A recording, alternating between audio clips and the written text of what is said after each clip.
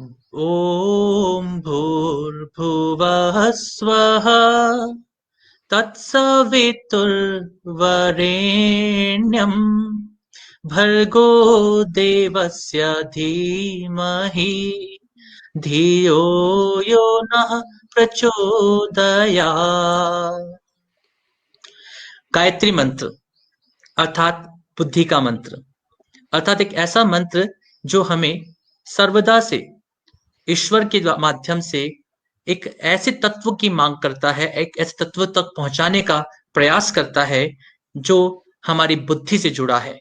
और इस मंत्र में कहा गया है कि हे ईश्वर, आप हमारी बुद्धि को श्रेष्ठ मार्ग की ओर प्रेरित करें। अतः श्रेष्ठ मार्ग और श्रेष्ठ स्थान किस प्रकार के होते हैं? वे उस तरह के होते हैं जो हमें कल्याण के साथ जोड़ें, अभ्युदय के साथ जोड़ें, एक दूसरे के साथ मिलकर रहने की सीख प्रदान करने वाले हों और साथ ही उस ईश्वर से अनवरत रूप से जुड़ने की बात करने वाले हों जिस ईश्वर के कारण से ही हम सबका अस्तित्व है। मैं आज के कार्यक्रम में, जो कि संवाद 6 है संस्कृतायनम ऑनलाइन का, और आज के संवाद 6 के अंतर्गत विषय रहेगा आपके भोजन में नमक और खनिज। खनिज लवण हमने बचपन में पढ़े थे, विज्ञान में हमने भोजन के अंगों में, भोजन के तत्वों में इनके बारे में जाना था। लेकिन यह नमक और खनिज किस प्रकार के होते हैं, किस किस तरह के होते हैं, और किस तरह के नमक और खनिज वास्तविक रूप में हमारे स्वास्थ्य को बेहतर बनाते हैं, ऐसे ही विषयों को लेकर आज उपस्थित हैं हम सभी के सम्मुख डॉक्टर रश्मि शर्मा मैम। आपका बहुत बहुत स्वागत एवं अभिनंदन। और जहां तक बात नमक और खनिज की है, तो नमक जब हम किसी का खाते हैं तो हम उस नमक के माध्यम से यह प्रयास करते हैं कि इसका नमक हमने खाया है तो अब इस नमक को चुकाना है। लेकिन जब वह नमक ही हमारे शरीर में इस प्रकार का जा रहा है, जो नमक हमारे शरीर के लिए घातक बनता जा रहा है, जो नमक हमारे ही शरीर को दूषित करता जा रहा है, तो ऐसे नमक को छोड़ देना ही श्रेयस्कर होगा। भारतीय संस्कृति और भारतीय खान-पान में नमक किस प्रकार का होना चाहिए, लवण की कितनी मात्रा होनी चाहिए, किस किस तरीके से हम खनिज तत्वों को प्राप्त कर सकते हैं भोजन के माध्यम से, इसका बहुत ही सुंदर और सशक्त तरीका बताया गया था। लेकिन धीमे धीमे बाहरी चकाचौंध के कारण से हमने उन तत्वों को छोड़ दिया और फ्री फ्लो, बहुत प्रसिद्ध शब्द है, जो बिल्कुल इस प्रकार से बह जाए, इस प्रकार से नीचे की तरफ गिरे कि वह चिपके ना, वह नमकदानी में से बहुत आसानी से फ्री फ्लो होना चाहिए, इस तरह के नमक की चर्चा होने लगी। और जैसे जैसे चर्चा होने लगी वैसे वैसे हम देखते हैं कि हम लोगों के घर बनते चले गए। तो आज का यह व्याख्यान इन्हीं सभी बिंदुओं को आधार बनाकर आप सभी के सम्मुख लाने का प्रयास किया जा रहा है। और आज का विषय है आपके भोजन में नमक और खनिज, salts and minerals in your food, यानी कि आपके फूड में सॉल्ट और मिनरल किस प्रकार के होने चाहिए। आज के इस व्याख्यान के लिए मैं आमंत्रित करता हूं डॉक्टर रश्मि शर्मा मैम को, जो कि सह आचार्य हैं रसायन शास्त्र में, और साथ ही खाद्य और अन्न और खाद्य सामग्री किस प्रकार की होनी चाहिए, कैसी खाद्य सामग्री का हम प्रयोग करें, उसके लिए अनवरत प्रयत्नशील है। मैम हर समय कहती हैं कि हमें किस तरह का भोजन करना चाहिए। हम कईयों को समझाते हैं लेकिन समझते बहुत कम हैं। हमें अधिक से अधिक लोग ऐसे क्रिएट करने होंगे जो अधिक समझ रखने वाले हों और इनका अपने जीवन में प्रयोग करने वाले भी हों। तो आइए केवल समझकर नहीं अपितु उसके प्रयोग की ओर अग्रसर होते हैं। और आज के व्याख्यान में हम सुनते हैं डॉक्टर रश्मि शर्मा मैम का एक विषय जो कि बहुत महत्वपूर्ण है, इस पर व्याख्यान। आप आमंत्रित हैं मैम आपके व्याख्यान के लिए। नमस्कार और आभार डॉक्टर आशुतोष जी का एक बार पुनः इस मंच पर मुझे आमंत्रित करने के लिए। और आप सभी से चर्चा में आगे बढ़ने के लिए। हम लोगों ने अभी तक कुछ विषयों पर हम चर्चा कर चुके हैं। जैसा कि हमें पता है, हमारे भोजन को हमने बचपन से पढ़ा है, हम 4-5 तरह से उसको डिवाइड करते हैं। हमारा जो आहार है उसके कुछ भाग हमने बनाए हैं, जिसमें हमने पहला वसा के रूप में देखा, दूसरा हमने प्रोटीन के रूप में देखा, तीसरा हमने कार्बोहाइड्रेट और गुड़ के रूप में देखा, और खाद्यान्न और दालों के रूप में विटामिन्स और कार्बोहाइड्रेट्स को किस तरह से हमको क्या खाना है और क्या नहीं खाना, और अंत में अब हम लवण की ओर अग्रसर हो रहे हैं। तो लगभग हमने पूरे भोजन के अवयवों को समझते हुए अपने आहार विहार में हमें क्या चुनना चाहिए, क्यों चुनना चाहिए, और उसके क्या आज के परिप्रेक्ष्य में हमें क्या-क्या चीजें उपलब्ध हैं और हम उसमें से किसका चयन कर रहे हैं स्वेच्छा से, भ्रमित होकर विज्ञापनों के माध्यम से, या जो भी हमें पढ़ाया लिखाया जा रहा है उसके माध्यम से हम कुछ गलत समझ रहे हैं या सही समझ रहे हैं। इसका एक समझ डेवलप करने के लिए हमने कुछ विषयों पर पहले भी चर्चा की है। तो उसी चर्चा को हम आगे बढ़ाते हैं। और जैसा कि जो लोग नए जुड़े हैं वो थोड़ा-सा इसका हम देखें कि हमने कैसे शुरुआत की थी, कि भारत में जो भी परंपराएँ हैं ये बहुत पुरानी हैं और बहुत ही वैज्ञानिक हैं। हमारे जो आहार-विहार की परंपराएँ हैं, वह बहुत वैज्ञानिक रही हैं, और सर्वे भवन्तु सुखिनः, सर्वे सन्तु निरामयाः के कल्याण मंत्र पर आधारित हमारा जो आयुर्वेद है, जो हमें बताता है कि हमें स्वस्थ रहने के लिए, दीर्घ आयु के लिए और निरोगी काया के लिए किस प्रकार से अपना आहार ग्रहण करना चाहिए, क्या अपना विहार रखना चाहिए, अपना आचरण कैसा होना चाहिए, और उसके बाद योग और योग विद्या के माध्यम से हम उस स्वास्थ्य को किस प्रकार से प्राप्त कर सकते हैं, ये समग्र रूप में हमें समझने की आवश्यकता है। तो इसी चर्चा में हम आज थोड़ा-सा, जो हमने पिछली बार देखा था, शर्करा, विटामिन्स और लवण को एक साथ हमने लिया था, और उसमें हमने कार्बोहाइड्रेट्स के रूप में सबसे पहले गुड़ की चर्चा की थी। उसके बाद जो हमारे अन्न हैं विभिन्न प्रकार के, कोदो, कुटकी, जौ, जई, ज्वार, बाजरा, मक्का, गेहूँ और चावल, जो मोनोकल्चर पे हम चले गए, उसके अलावा क्या-क्या प्रकार के, किस-किस प्रकार के धान हमारे यहाँ होते हैं, अलग-अलग भौगोलिक स्थितियों के अनुसार, अलग-अलग जगहों पर, और वो क्यों खाए जाने चाहिए, इस पे हमने विस्तार से चर्चा की थी। साथ ही दालें जो हैं वो प्रोटीन का शाकाहारियों के लिए बहुत अच्छा स्रोत हैं। गाय का दूध और दाल, ये दोनों चीजें प्रोटीन हमें भरपूर देती हैं, और उनको पचाने के लिए जितने भी एंजाइम्स उसके साथ में चाहिए, वह सभी हमें प्रकृति ने भरपूर दिए हैं, उन्हीं के छिलकों के रूप में। तो छिलके वाली दालें, छिलके समेत धान, बिना पॉलिश के धान, हाथ से कुटे हुए और मोटे अनाज कोशिश करके हम अपने आहार का हिस्सा बनाएं। ये सारी चर्चा हम पहले कर चुके हैं।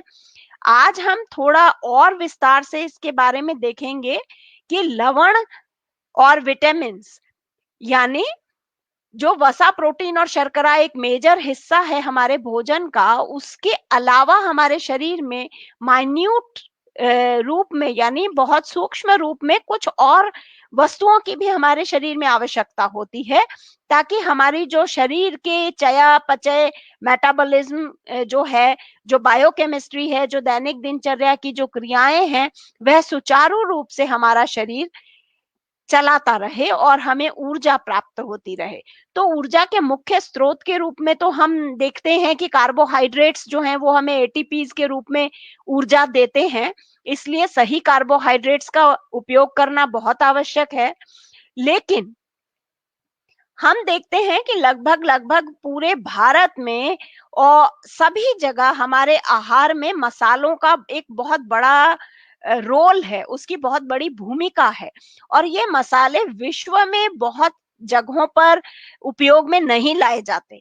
जितने प्रकार की जैव विविधता भारत में हम देखने को हमें मिलती है और जितने प्रकार के मसाले भारत में उपयोग में लाए जाते हैं और घर-घर की रसोई में उनके उपयोग को बहुत सरलता से, सहजता से हमें सिखाया गया है और दादी-नानी और जो भी हमारे पुराने बुजुर्ग थे, उनको हर मसालों का उपयोग पता था।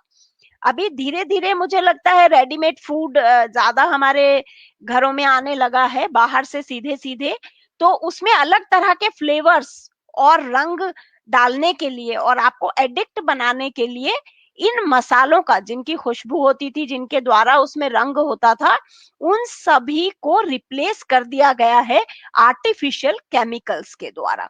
अब जो रंग है, जो स्वाद है, जो गंध है, जो ओडियोर है, वो आर्टिफिशियल और कृत्रिम लैब में बने हुए एरोमेटिक कंपाउंड्स की है, इसेंशियल ऑयल्स की है, अलग-अलग तरह के स्वीटनर्स हैं। हमने देखा पहले कि एस्पार्टेम, नियोटेम कई तरह के आर्टिफिशियल स्वीटनर्स हैं और मोनोसोडियम ग्लूटामेट जैसे हानिकारक जिलेटिन जैसे और कई प्रकार के कृत्रिम बहुत सारे जो फ्लेवर्स हैं आप उस पे देख सकते हैं, उसमें कोडिंग डली होती है।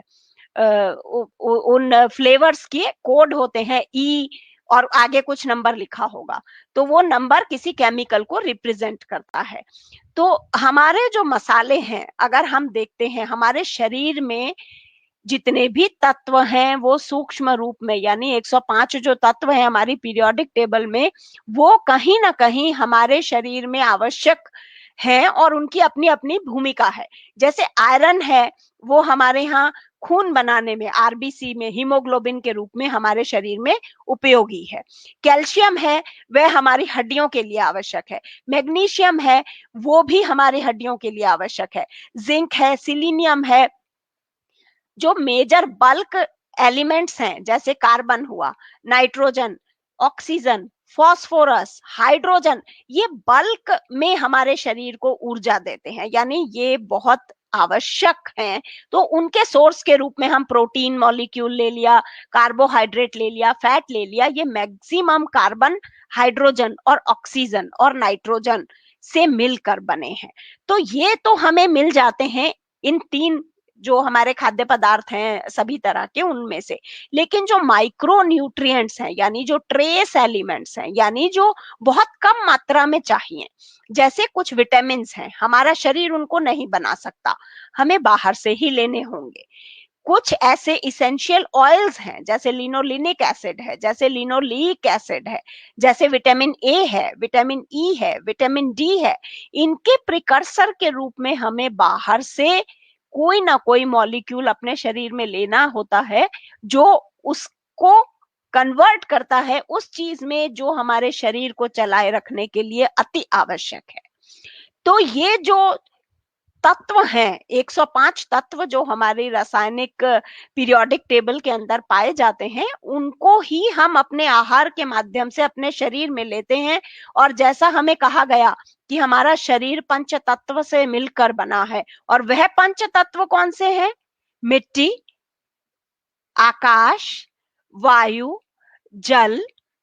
तो ये जो जिससे जल में से हमें वह मिलता है, यानी उसका स्रोत अल्टीमेट क्या है? प्रकृति। अल्टीमेटली हमारा शरीर जो है वह प्रकृति से आया है और प्रकृति में ही समाएगा, और उसके सारे घटक जो हैं वह प्रकृति से आते हैं और प्रकृति में ही समाते हैं। तो हमारे जो स्रोत हैं वो मैक्सिमम प्रकृति से आना चाहिए। पहला तो मूल हमें यह समझना है। अब हम जो देख रहे हैं हमारे पास प्राकृतिक रूप में हमारे रसोई में जो मसाले हैं वह हमें ये सभी प्रकार के खनिज, इन्हें हम कहते हैं खनिज लवण। इन्हें हम खनिज लवण क्यों कहते हैं? क्योंकि ये सॉल्ट के रूप में नेचर में पाए जाते हैं। यानी ये जो आयंस हैं, ये मैग्नीशियम है, क्लोराइड है, ये जो आपके कैल्शियम है, सोडियम है, पोटेशियम है, जो हमारे शरीर के चयापचय में रोल प्ले करता है, हड्डी बनाने में काम आता है, रक्त और मज्जा बनाने में काम आता है, नर्वस सिस्टम में काम आता है। ये जो बेसिक हमारे जो तत्व हैं, ये तत्व हमें प्राप्त होते हैं हमारे मसालों में।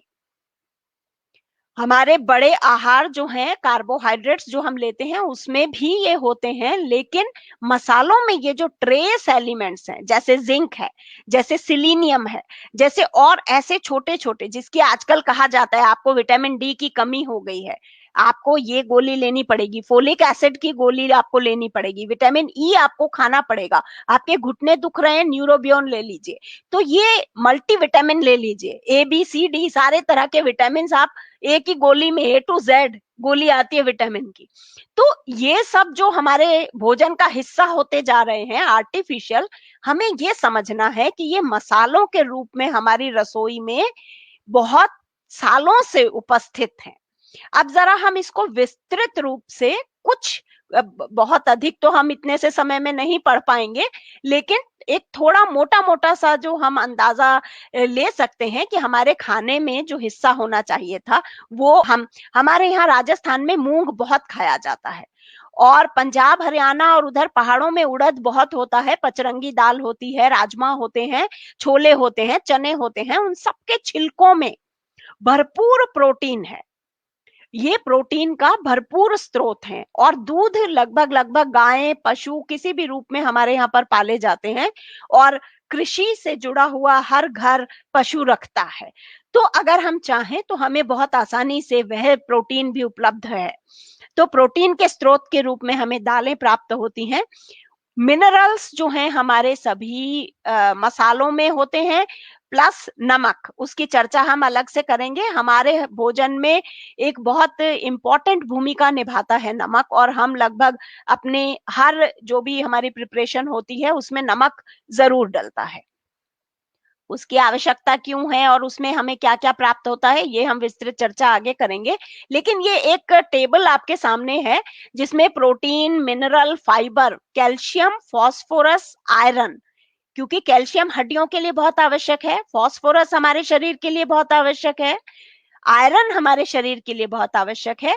इसकी कमी हमें माल न्यूट्रिशन देती है, एनीमिया हो जाता है, हड्डियों में ऑस्टियोपोरोसिस हो जाता है। इसलिए हमने ये 2-3 तत्वों के ऊपर ज्यादा बात की कि दवाइयों के बजाय हमारे भोजन में ये किन किन चीजों में हमें आसानी से प्राप्त होता है, और मसालों में किसमें ये बहुतायत से पाया जाता है ये। और विटामिन जो है हमारे, vitamin A, vitamin B1, B2, B3 और B9, ये जो विटामिन हैं हमारे, ये विटामिन हैं फोलिक एसिड, अलग से हमें टैबलेट मिलती है फोलिक एसिड की। इसी प्रकार से निएसिन, ये राइबोफ्लेविन, कोबालमिन, ये सारे जो हैं ये हमारी बॉडी में कम हो जाते हैं, तो हमारा पाचन तंत्र कमजोर हो जाता है, चीजें एब्जॉर्ब नहीं होती हैं, इसलिए मसाले हमारे शरीर में बहुत आवश्यक हैं। तो हम देखें, उड़द की दाल, मूंग की दाल, इसमें भरपूर मिनरल्स हैं, भरपूर इसमें प्रोटीन है, और इसमें फास्फोरस बहुत है। राजमा, राजमा में फाइबर बहुत है। गोभी, जो फूल गोभी और गांठ गोभी, कश्मीर में जो गांठ गोभी होती है, कैल्शियम का बहुत अच्छा सोर्स है। और अगर हम कंपैरेटिव देखें तो इनमें बहुत अधिक मात्रा में, बाकी सारी टेबल खाली इसीलिए रखी गई है ताकि आपको पता चले कि जो पर्टिकुलर अगर हमें कोई चीज चाहिए तो उसके लिए वो स्रोत क्या हो। तो फूल गोभी में कैल्शियम बहुत अधिक है, आयरन भी बहुत अधिक है। गांठ गोभी कैल्शियम का बहुत अच्छा सोर्स है। धनिया जो है, धनिये की पत्ती अगर हम देखते हैं, हमें सब्जी के साथ में ऐसे ही फ्री में मिलता है। और विटामिन ए, अभी मल्टीनेशनल्स ने बहुत गोल्डन राइस बनाया था और उसका पेटेंट लिया था, और बाजार में वो गोल्डन राइस आ गया था कि इसमें विटामिन ए है। तो हमें राइस में विटामिन ए क्यों चाहिए? उसके ब्रान में, यानी जो अनपॉलिश्ड राइस है उसमें जितना विटामिन है वो हम विटामिन बी कॉम्प्लेक्स भरा हुआ है उसमें, लेकिन विटामिन ए के सोर्स के रूप में हम हरे धनिये की पत्ती खा सकते हैं, हम पालक खा सकते हैं। तो हमारे पास और दूसरे बहुत सारे लीफी यानी पत्तेदार ऐसे सोर्स उपलब्ध हैं जो विटामिन ए भरपूर अपने अंदर रखते हैं। मूली की पत्ती, उसमें भरपूर विटामिन ए है, पालक भरपूर विटामिन ए है, बाकी सबसे ज्यादा यानी किसी भी और सोर्स से ज्यादा अगर हम अपने भोजन में किसी भी प्रकार की पत्ती, मेथी, पालक, मूली पत्ती, धनिया पत्ती, इसको अगर हम शामिल करके रखते हैं तो हमें विटामिन ए की कोई कमी होने वाली नहीं है। मूंगफली में नियासिन और फोलिक एसिड भरपूर है। तो जो विटामिन बी कॉम्प्लेक्स हम लेते हैं, अगर हम मूंगफली के 4 दाने खाते हैं या भुने हुए चने खाते हैं, तो विटामिन बी कॉम्प्लेक्स वो पूरा हो जाता है। अगर हम गुड़ थोड़ा-सा खाते हैं साथ में, तो बी कॉम्प्लेक्स पूरा हो जाता है। हमारे शरीर में ये माइक्रोग्राम्स में, मिलीग्राम्स, अगर आप इसकी यूनिट देखें, जो लोग समझते हैं, जो भौतिक रसायन पढ़ाते हैं या रसायन शास्त्र पढ़ते हैं, भौतिक विज्ञान पढ़ते हैं, उन्हें पता है यूनिट का क्या रोल है। ऊपर आप देखें, प्रोटीन, मिनरल्स और फाइबर्स ग्राम में दिए गए हैं, यानी ये हमारे भोजन में अधिक मात्रा में चाहिए। कैल्शियम, फास्फोरस और मैग्नीशियम ये मिलीग्राम्स में दिए गए हैं, बहुत कम मात्रा में चाहिए। और विटामिन ए को आप देखिए माइक्रोग्राम्स में है। अगर हम 4-5 पत्ती धनिया भी खा लें, अगर हम थोड़ी सी पालक भी खा लें, तो वो पूरा हो जाता है। विटामिन बी जो है वो भी मिलीग्राम्स में दिए गए हैं, और फोलिक एसिड लास्ट में जो B9 है, फोलिक एसिड, ये माइक्रोग्राम्स में है। तो हमें कितना चाहिए? हम 4-5 दाने भी अगर मूंगफली के अपने दिन भर में खाते हैं या थोड़े से खाते हैं, तो हमें उसकी कमी नहीं होने वाली। तो देखना हमें ये है कि हमारे भोजन में हमें कितने मिनरल की आवश्यकता है। बहुत कम मात्रा में हमें लवण चाहिए, खनिज चाहिए, लेकिन उसका जो स्रोत है वो हमारे उसमें कम ना हो, वो शामिल रहे हमारे भोजन में। हमें इतनी जैव विविधता भारत में, हम सौभाग्यशाली हैं कि हम भारत में पैदा हुए हैं, जहाँ का कृषक, जहाँ की कृषि भूमि इतनी तरह के धन धान्य हमें देती है। उपहार के रूप में यहाँ की धरती माँ ने हमें हजारों हजार भोज्य सामग्री हमारे लिए उपलब्ध कराई है। तो हमें उनका मान सम्मान करते हुए, उस प्रकृति को नमन करते हुए, हमें उसमें से चुनना चाहिए और उसको प्रोत्साहित करना चाहिए, जो लोग उसे उगाने में लगे हुए हैं किसी भी तरह से। इसी प्रकार हम देखें, तिल तिल जो है वो कैल्शियम का बहुत अच्छा सोर्स है। तो गुजरात और राजस्थान में तो बहुत तिल होता है, पानी बिल्कुल नहीं है, उसके बाद भी 50% उस इतने छोटे से दाने में तेल है। तो हम प्रकृति की रचना को देखें कि धरती में से निकाल कर, सींच कर, कैसे उस इतने से दाने को तेल से भर दिया उस धरती ने, और उसमें मैक्सिमम कैल्शियम है, फास्फोरस है, उसमें विटामिन B1 है। तो इतना अधिक हमें रिच सोर्स है तिल। अगर हम उसको, आपने देखा पुराने जमाने में तिल को चटका कर रख कर, अभी भी गुजरात में मुखवास के रूप में तिल को सौंफ के साथ खाया जाता है खाने के बाद। बहुत अधिक नहीं चाहिए, लेकिन थोड़े से दाने तिल के रोज हमारे भोजन के बाद मुखवास के रूप में अगर हम भुने हुए तिल खाते हैं, तो आपको कैल्शियम की कोई कमी नहीं होने वाली, फास्फोरस की कोई कमी नहीं होने वाली, आयरन की कोई कमी नहीं होने वाली, विटामिन बी कॉम्प्लेक्स की कोई कमी नहीं होने वाली। ये हमें देखना है कि हमारी भोजन सामग्री में जो कुछ हमें मिला है वो हम कैसे। बादाम में फास्फोरस बहुत है। सिंघाड़े का आटा, हमारे यहाँ उपवास रखने की प्रथा है, और लगभग लगभग कमोबेश मुझे लगता है कि कोई घर ऐसा नहीं होगा जहां पर किसी न किसी रूप में, बड़े या छोटे, उन्हें उपवास के बारे में पता नहीं होगा, या घर में कोई व्यक्ति उपवास नहीं रखता होगा। हम पूरे महीने में कोई 2 दिन, कोई 11, कोई पूनम, कोई प्रदोष, कोई रविवार, कोई मंगलवार, कोई सोमवार, कोई शुक्रवार, कोई शनिवार, किसी भी रूप में, बृहस्पतिवार, गुरुवार, अपने अपने हिसाब से हम एक दिन भोजन का लंघन अवश्य करते हैं। और उस दिन हमारे यहाँ पर कुछ अलग चीज खाने की प्रथा है। उस दिन हम ये सादा नमक नहीं खाएंगे, सेंधा नमक खाएंगे। उस दिन हम साधा जो हमारा भोजन है, अन्न, वो नहीं लेंगे, साबूदाना लेंगे, सिंघाड़े का आटा लेंगे, राजगिरी का आटा लेंगे, कुट्टू का आटा लेंगे। कई प्रकार की चीजें हमारे यहाँ पर प्रचलित हैं, वो उपवास के लिए ही बनी हैं, और उसे हमें कहा जाता है कि आज अन्न ग्रहण नहीं करना। अन्न नहीं खाना है तो कुछ उसका सब्स्टिट्यूशन खाना है, फलाहार करना है, रसाहार करना है, और उसके अलावा तो सिंघाड़ा, वो सब क्यों? क्योंकि उन सब में अपने अलग गुण और तत्व हैं। तो जो हमारे शरीर में माइक्रो न्यूट्रिएंट्स के रूप में आवश्यक हैं, उस दिन अगर हम वो लेते हैं और जो रूटीन में हमारा बल्क भोजन है उसको हम हटा के रखते हैं, तो वो सारी डेफिशिएंसी हमारी उस उपवास में पूरी हो जाती है, हमारा शरीर साफ हो जाता है, टॉक्सिसिटी खत्म हो जाती है। लंघन हम जब करते हैं तो जो आवश्यकता से अधिक है वो चीज एलिमिनेट हो जाती है, जो कमी है वो पूरी हो जाती है।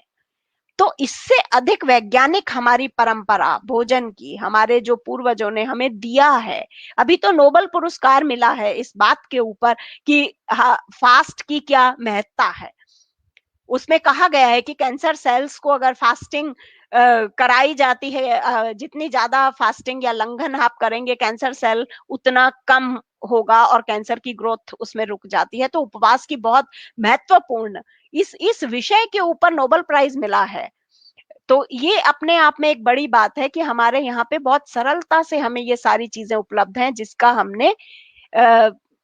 जिसका सम्मान करना जो नई पीढ़ी है उसने धीरे धीरे धीरे, क्योंकि लुप्त हो गई या वो तर्कों में ज्यादा विश्वास करती है, तो तर्क और कुतर्क, हर एक तो ये सब बातें नहीं समझा सकता, ना उसे समझ में आती हैं, ना वो इतना पढ़ सकता है, ना कि सबके पास लिटरेचर है। लेकिन मुझे लगता है कि अगर हमें कुछ भी समझ में नहीं आता, अगर हमें कुछ भी समझ में नहीं आता, तो हम चुपचाप से वो करें जो हमारे पूर्वजों ने हमें बताया है, जो दादी नानी ने हमारे घरों में परंपराएं रखी हैं, बिना किसी तर्क कुतर्क वितर्क के हम उसका अनुसरण करें। हमारी बुद्धि छोटी है, हमें समझ नहीं है, हम अल्प ज्ञानी हैं, हम जो भी इसका अर्थ लगाएं वो लगा लें, लेकिन लगाना चाहिए और उनका सम्मान करना चाहिए जिन्होंने इन वैज्ञानिक परंपराओं को हमारी परंपरा में हम उसमें, हमें नहीं पता हजारों सालों से ये रिवाज बनकर हमारे घर में आज तक जीवित है। पूरे भारत में शायद ही कोई घर ऐसा होगा जो जिसे नहीं पता कि उपवास क्या होता है और उपवास में क्या किया जाता है। वह करते हैं या नहीं वो अलग बात है, अनुसरण हम कितना करते हैं, समझते कितना है, वो एक अलग विषय है। लेकिन हम उसके पीछे हम ये नहीं कह सकते कि ये अनसाइंटिफिक है या ये गलत है। ये गलत तो बिल्कुल भी नहीं है, हमें समझ कम है, ये हमें देखना है। इसी प्रकार से अब हम मसालों की एक और टेबल यहाँ पर दी गई है, जिसमें हम देखते हैं कुछ मसाले यहाँ पर बताए गए हैं। हींग, लाल मिर्च, लौंग, धनिया, पीपर, पीपर एक छोटी पीपल होती है, काली मिर्च, जीरा, मेथी, अजवाइन, हल्दी और आंवला। ये जो यहाँ लिखे गए हैं ये बड़े सामान्य मसाले हैं, कोई बहुत अधिक जायत्री, जायफल, जावित्री और जायफल और ये तेज पत्ता और ऐसी चीजें नहीं हैं जिसके बारे में बहुत ज्यादा लोग ना तो इस्तेमाल करते हैं। बड़ी इलायची, छोटी इलायची, उनका फर्क, उनकी खुशबू, वो सब एक अलग विषय है, वो अपने आप में मतलब और भी विस्तृत हम बात कर सकते हैं। लेकिन ये कुछ ऐसी चीजें हैं जिनके बारे में हम सभी जानते हैं और छोटी मोटी हर रसोई में ये मिलती हैं। जरा हम देखें कि हींग में कैल्शियम बहुत अधिक है, लाल मिर्च में कैल्शियम बहुत अधिक है, हींग में आयरन बहुत है, जितना हमें चाहिए, हमें मिलीग्राम्स में चाहिए, बहुत अधिक हमारी आवश्यकता है नहीं शरीर की। बहुत ये माइक्रो न्यूट्रिएंट्स हैं और बहुत कम मात्रा में हमारा शरीर इसको एब्जॉर्ब करता है। तो अगर हम 2-4 गोलियां इनकी बड़ी बड़ी ले लेंगे तो वो पूरी हमारा शरीर एब्जॉर्ब करेगा, ऐसा नहीं है। हमारा शरीर उस पूरी गोली को एब्जॉर्ब नहीं करेगा, उसमें से बहुत कम मात्रा एब्जॉर्ब करेगा। तो वही हम यहाँ पर देख सकते हैं कि हमारे मसालों में हींग बहुत कम मात्रा में डलती है और वो सभी के हिस्से आती है थोड़ी थोड़ी। जो मिर्च है, लाल मिर्च, इसमें विटामिन B2 बहुत है, विटामिन सी बहुत है। विटामिन सी का बहुत अच्छा सोर्स आंवला है, सबसे अच्छा सोर्स विटामिन सी का आंवला है। और जो लाल मिर्च है मसालों के रूप में, तो हमारे भोजन में हम सुबह शाम इसे लेते हैं, तो कोई कमी होने जैसा ऐसा नहीं है अगर हम इन सब चीजों को अपने उपयोग में लाते हैं। धनिया जो है उसमें कैल्शियम बहुत है और फास्फोरस बहुत है। तो अगर आप देखें, धनिया हमारे यहाँ पर पिसा हुआ, साबुत, आधा हरा, कितने प्रकार से। एक काली मिर्च अगर है तो काली मिर्च के भी कई रूप हैं, लाल मिर्च अगर है तो उसके भी कई रूप हैं, कहीं वो साबुत डलती है, कहीं उसे पीस के डालते हैं, कहीं वो ताजा काम में आती है, कहीं सुखा के काम में आती है। तो अलग अलग रूप में हम एक ही चीज का उपयोग करते हैं। पीपर जो है ये कैल्शियम का बहुत अच्छा सोर्स है। तो जब डिलीवरी के बाद दवाइयां बनती हैं, अगर आपने कभी देखा है तो उसमें कुछ चीजें डलती हैं, अजवाइन का पानी, जीरा का पानी, ये दिया जाता है। यहाँ पर जरा हम जीरा और अजवाइन को देखें, कैल्शियम का रिच सोर्स है। वो क्यों दिया जाता है? इतनी सी अजवाइन पानी में उबालकर या आटे में लगाकर या किसी भी और तरह से हम उसको बहुतायत से उस समय पर उपयोग करते हैं, क्योंकि वह कैल्शियम का रिच सोर्स है। और क्योंकि दूध बनने के लिए माँ के पास दूध की कमी नहीं होनी चाहिए, बच्चे के लिए कैल्शियम की कमी नहीं होनी चाहिए, तो माँ के आहार का हिस्सा बना जीरा, अजवाइन और पीपर, ये विशेष रूप से उस समय पर दिया जाता है। तो इसके पीछे बड़ी वैज्ञानिक परिकल्पनाएं रही हैं। विटामिन ए आप देखिए काली मिर्च में भरपूर है। तो कहा जाता है मक्खन, मिश्री और काली मिर्च इसे मिलाकर खाएं, आंखों की रोशनी बढ़ेगी। तो क्यों कहा गया ये सब हमारे यहाँ पर? हल्दी में आयरन बहुत है। हम यहाँ पर देखें आंवला में विटामिन सी बहुत है। तो अगर हम इनकी माइन्यूटली हम इन तत्वों को देखते हैं और कोशिश करते हैं जानने की कि इनके पीछे क्या वैज्ञानिकता है, तो ये आज के सारे पैरामीटर्स पर खरे उतरते हैं। ये तब की बात है जब सुश्रुत संहिता की बात हुई या चरक की बात हुई, आज से हजारों साल पहले जब हमारी परंपराएं बनी या हमारे भोजन और आहार के बारे में कहा गया, कौन सी चीज उसे जब चुना गया हमारे पूर्वजों के द्वारा। तो आप मानिए उस समय मॉलिक्यूलर बायोलॉजी नहीं थी, कोई माइक्रोस्कोप नहीं थे, इनके स्ट्रक्चर्स के बारे में बात नहीं होती थी। ये सब हमने आज निकाला है और हम इनसे दवाइयां बना रहे हैं। हल्दी के ऊपर पेटेंट ले रहा है अमेरिका, या नीम के ऊपर पेटेंट ले रहा है, या बासमती राइस का मॉलिक्यूल ढूंढ रहा है, या हम काली मिर्च में से कुछ और निकाल रहे हैं और दवाइयां हम बना रहे हैं उनकी, अदरक में से निकाल के या हल्दी में से निकाल के, और कैप्सूल की तरह से लहसुन का आ रहा है या प्याज का आ रहा है। हमारे यहाँ पर उस समय पर कहा गया जब कोई आधुनिक तकनीक उपलब्ध नहीं थी। तो क्या हम समझ सकते हैं कि हमारे ऋषि मुनि आज के वैज्ञानिकों से भी कितने अधिक वैज्ञानिक थे और कितने अधिक दूरदृष्टा थे कि उन्होंने इसको हमारे हर घर में परंपराओं का हिस्सा बना दिया, कि इतने हजारों साल बाद भी आज तक वो पीढ़ी उसको बिना समझे जाने निभाए चले जा रही है।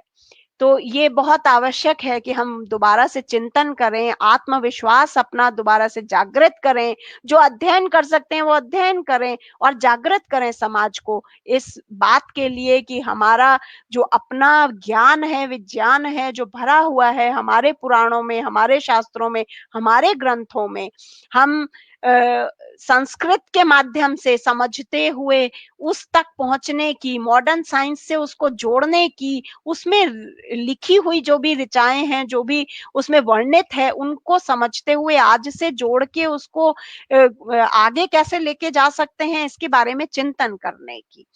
तो ये एक इम्पॉर्टेंट बात है। जो स्पाइसेस हैं उसमें हमारे बहुत सारे मिनरल्स जो हैं वो उसका स्रोत हैं, हमारे मसाले। अब हम आते हैं नमक पर। हमारे मसाले की जो भी एक होती है जिसे हम क्या कहते हैं, मसालदानी, उस मसाले में हमारे ये सब चीजें तो होती हैं और बहुत इंपॉर्टेंट रूप में वहां पर नमक होता है। अब हम देखते हैं कि नमक के बारे में हमारे ऋषि मुनि क्या कह के गए। हमारी वैज्ञानिक परंपराएं और पुराना जो हमारा वैज्ञानिक तौर तरीका था आहार विज्ञान का, उसमें किस प्रकार से नमक की व्याख्या की गई और किस प्रकार से नमक को बताया गया है। तो नमक हमारे यहाँ पर कई प्रकार के नमक का वर्णन मिलता है सुश्रुत संहिता में। जब हम नमक की बात करते हैं तो यहाँ पर चट्टान या झीलें या समुंदर, ये तीनों प्रकार के जो स्रोत हैं, ये प्राथमिक स्रोत के रूप में हमें नमक के स्रोत हमें उपलब्ध हैं नेचर में। अब यहाँ पर हम चट्टान से जो क्योंकि चट्टानें जो हिमालय और यहाँ ये जो है ये भी समुद्र का हिस्सा थे। अगर हम इतिहास को देखते हैं तो हिमालय कभी समुद्र का हिस्सा थे। धीरे धीरे धीरे पर्वत निकले, पानी नीचे गया और वहां पर जो चट्टानी नमक के रूप में मिलता है, सेंधा नमक या काला नमक, ये जो भी हमें मिलता है ये भी समुंदर में ही नीचे चट्टानें बनकर बना है। लेकिन बहुत हजारों वर्षों से अब वो चट्टानों के रूप में स्थित है, तो उसके भी टुकड़े करके हमारे पास नमक के रूप में आते हैं। चट्टानों की भी खुदाई होती है और वहां से हमारे पास सेंधा नमक, काला नमक परिष्कृत करके, साफ करके उस रूप में हमारे सामने आता है।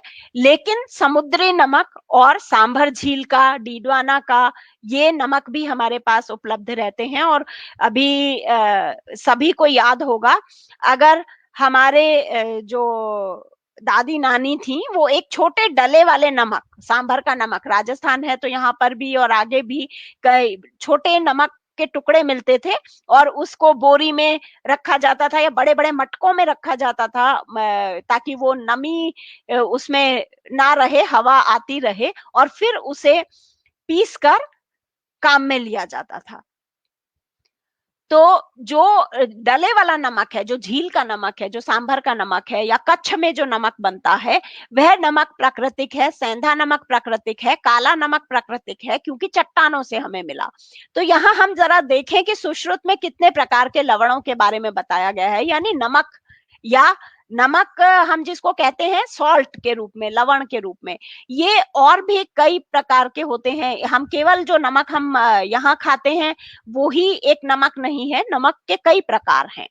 नमक से मतलब है मिनरल, मिनरल मतलब खनिज लवण, खनिज लवण मतलब जो हमें भूमि से मिला, जल से मिला, वही प्राकृतिक जो पंच तत्व जिसे हम कहते हैं, वहां से हमें चट्टानों के रूप में, बालू के रूप में, मिट्टी के रूप में, जल के रूप में उसमें घुले हुए ये 105 तत्व जो हमें मिले हैं पीरियोडिक टेबल के, वो हमें प्राप्त हुए। हमने उनको चुना है अपने भोजन के लिए।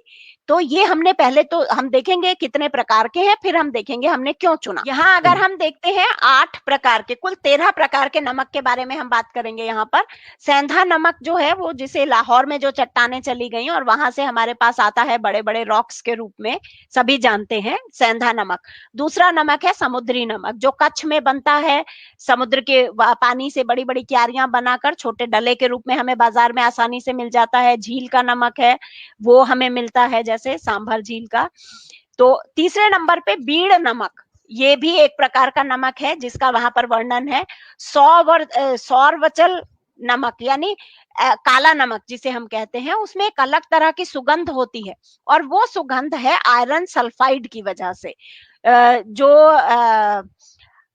लोहा इसमें बहुत है, इसमें लोहा बहुत है, तो और उसका सल्फाइड है, इसलिए इसमें एक अलग सी स्मेल आती है। अगर आपने कभी देखा काला नमक एक अलग सी स्मेल देता है, वो सल्फाइड्स की वजह से उसके अंदर H2S गैस जो है वो एक अलग तरह की स्मेल देती है। उसी तरह से काला नमक में भी आयरन सल्फाइड बहुत अधिक है, इसलिए इसकी स्मेल थोड़ी सी अलग होती है।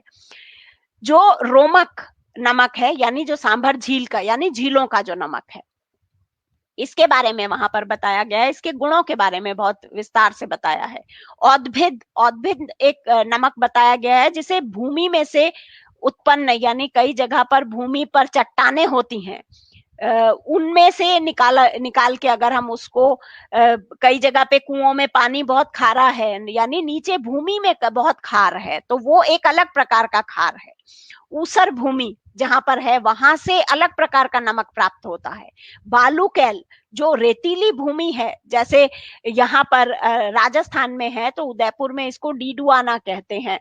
तो ये हो सकता है कि डीडवाना, सांभर और पचपदरा ये जो हमारी झीलें थी जिनमें से नमक बनता था, अभी तो शायद सांभर में बनता है, तो ये जो नमक बनता है उसे बालूकैल कहा गया, जो बालू रेत में से उत्पन्न हुआ है। समुद्र से हम देखते हैं तो कुछ और यहाँ पर हमें क्षारों के बारे में यानी लवण के बारे में या मिनरल्स के बारे में यहाँ पर उल्लेख होता है। ये मिनरल्स कौन से हैं? शैल मूलाकरोद्भव यानी पर्वत की जड़ों में जो उत्पन्न खनिज है। हम देखते हैं पहाड़ों को खोद खोद कर बहुत सारा पत्थर निकाला जाता है और वह पत्थर जो है वह फिर बड़ी बड़ी फैक्ट्रीज में जाता है, ग्रेनाइट निकलता है, मार्बल निकलता है और कई प्रकार के दूसरे पत्थर हैं, कोटा स्टोन है, हम बहुत तरह के पत्थर देखते हैं, उनमें भी बहुत अधिक मिनरल्स हैं। लेकिन वे मिनरल्स जो हमारे शरीर में आवश्यक हैं, हमने उनको चुना स्रोत के रूप में, अपने आहार के रूप में, अपने भोजन के रूप में। इतने प्रकार के क्षारों के और लवणों के बारे में हमारे ऋषि मुनि जानते थे। यव क्षार यानी जौ जो होता है उससे भी क्षार बनाया जाता है, उससे भी लवण प्राप्त होता है। स्वर्णिका, सज्जी खार, हम जानते हैं बीकानेर में एक पौधा होता है और उस पौधे के पत्तों में बहुत अधिक क्षार है और उससे हम ये क्षार बनाते हैं बहुत सारे, जिसको हम सज्जी खार के रूप में भी जानते हैं। तो बीकानेर में अलग तरह का खार होता है, उसकी प्राप्ति अलग तरीके से होती है, उसका प्रोसेस अलग तरीके से होता है, तो वह भी लवण का एक प्रकार है जो हमारे यहाँ पर उस समय भी जाना जाता था और उसको हम कुछ विशेष जो भोजन है वही बनाने में काम में लेते हैं। वो हर एक में उसका उपयोग नहीं है, लेकिन राजस्थान में खींचे बन रहे हैं, आपके पापड़ बन रहे हैं या आपके ढोकले बन रहे हैं या कुछ और बन रहा है, उसमें अलग तरह से उस खार को उपयोग में लिया जाता है कि वो उसको फुलाने के लिए, उसको रखने के लिए, कि बहुत लंबे समय तक वह उसको संरक्षित रखता है चीज को। तो ये इसका एक अलग उपयोग है। पाकिम यानी किसी भी तरह से विधि द्वारा उसको बनाया गया, पानी से बनाया गया, धूली से निकाला गया। टंकण क्षार, टंकण एक अलग तरह का क्षार जिसे वहां पर उल्लेखित किया गया। सुहागा, हम जानते हैं सुहागा भी एक तरह का लवण है, एक मिनरल है जो हमारे हम उसके औषधीय उपयोग हैं, गुण हैं। अगर दांतों में आपके कोई तकलीफ है, छोटे बच्चे के दांत नहीं आ रहे हैं, तो सुहागे को फुलाकर पीस कर उसको अलग अलग तरह से उपयोग में, शहद में चटाते हैं, कई प्रकार के उसके औषधीय उपयोग हैं। तो हमें देखना है कि हमारे यहाँ ज्ञान और विज्ञान दोनों में से किसी भी चीज की कोई कमी नहीं थी, जानकारी की कमी नहीं थी। उन सब चीजों के उपयोग हमारे यहाँ पर बड़े साइंटिफिकली बताए गए, किए गए और परंपराओं में शामिल किए गए कि हम आज भी उनको उपयोग में ला रहे हैं और हम उनका अच्छे से उपयोग जानते हैं। कई हमारी पीढ़ी तक के लोग तो थोड़ा बहुत जानते हैं, लेकिन नई पीढ़ी को इसको समझने की आवश्यकता है, कंटिन्यू करने की आवश्यकता है, अपने तर्कों पे प्रयोग करके, और उस प्रयोग के उससे उसका लाभ उठाने की भी आवश्यकता है। अगली स्लाइड हम देखेंगे। Next slide. जी मैम, बिल्कुल। हाँ, यहाँ हम देखते हैं कि 313 नंबर के श्लोक से लेके 330 नंबर तक के श्लोकों में इस इतने प्रकार के लवणों का उल्लेख हमको मिलता है सुश्रुत संहिता में। और भी आगे हमें मिलता है, इसमें आप देखते हैं आयुर्वेद में बहुत तरह की भस्म काम में ली जाती है और उनमें अलग अलग तरह की भस्मों का अलग अलग तरह से औषधीय उपयोग किया जाता है, क्योंकि पीरियोडिक टेबल में कई तत्व ऐसे हैं जो हमारे शरीर में बहुत माइक्रो क्वांटिटीज में आवश्यक होता है, और स्पेशली जब कोई व्याधि हो, कोई बीमारी हो हमारे शरीर में, कभी किसी चीज की कमी हो, तो हमें एक विशेष तत्व की अधिक आवश्यकता होती है। जैसे एक समय के बाद आपके शरीर की हड्डियों में क्षरण हो रहा है फास्फोरस का, या क्षरण हो रहा है तो कैल्शियम आपको अधिक से चाहिए। जब बचपन है, हड्डियां बन रही हैं, दांत बन रहे हैं, तो कैल्शियम की अधिकता चाहिए। अन्य किसी और बीमारी के अंदर आपको स्वर्ण भस्म दी जाती है, चांदी की भस्म दी जाती है, तांबा, कांसा, लोहा, रांगा, सीसा, इतनी प्रकार के और लवणों की बात वहां पर की गई है, और अलग अलग प्रकार से। हमारे यहाँ कहा जाता है कि तांबे के घड़े में पानी रख के पीजिए। चरणामृत में जो मंदिरों के अंदर जो चरणामृत आपको दिया जाता है, उसका जो पात्र होता है वो तांबे का होता है, और उसमें एक थोड़ी सी तुलसी की पत्ती जल के अंदर और तांबे के पात्र में रखी हुई।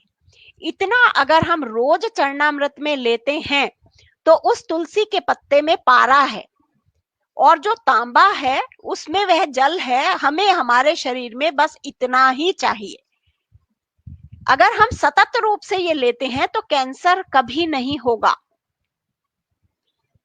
ये हमें देखना है कि हमारे यहाँ रोज तुलसी का चौरा हर घर में होता था, और तांबे का वो छोटा सा पात्र जिसमें हम चरणामृत बनाते थे, उसमें वह दल पानी के साथ, क्योंकि तुलसी दल को किसी भी और तरह से लेना नहीं चाहिए।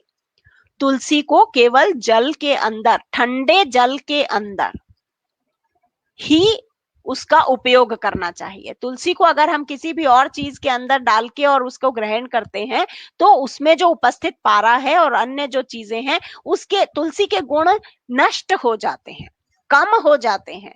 हो सकता है वो आपको जितना औषधीय लाभ देना है वह नहीं दे सकते।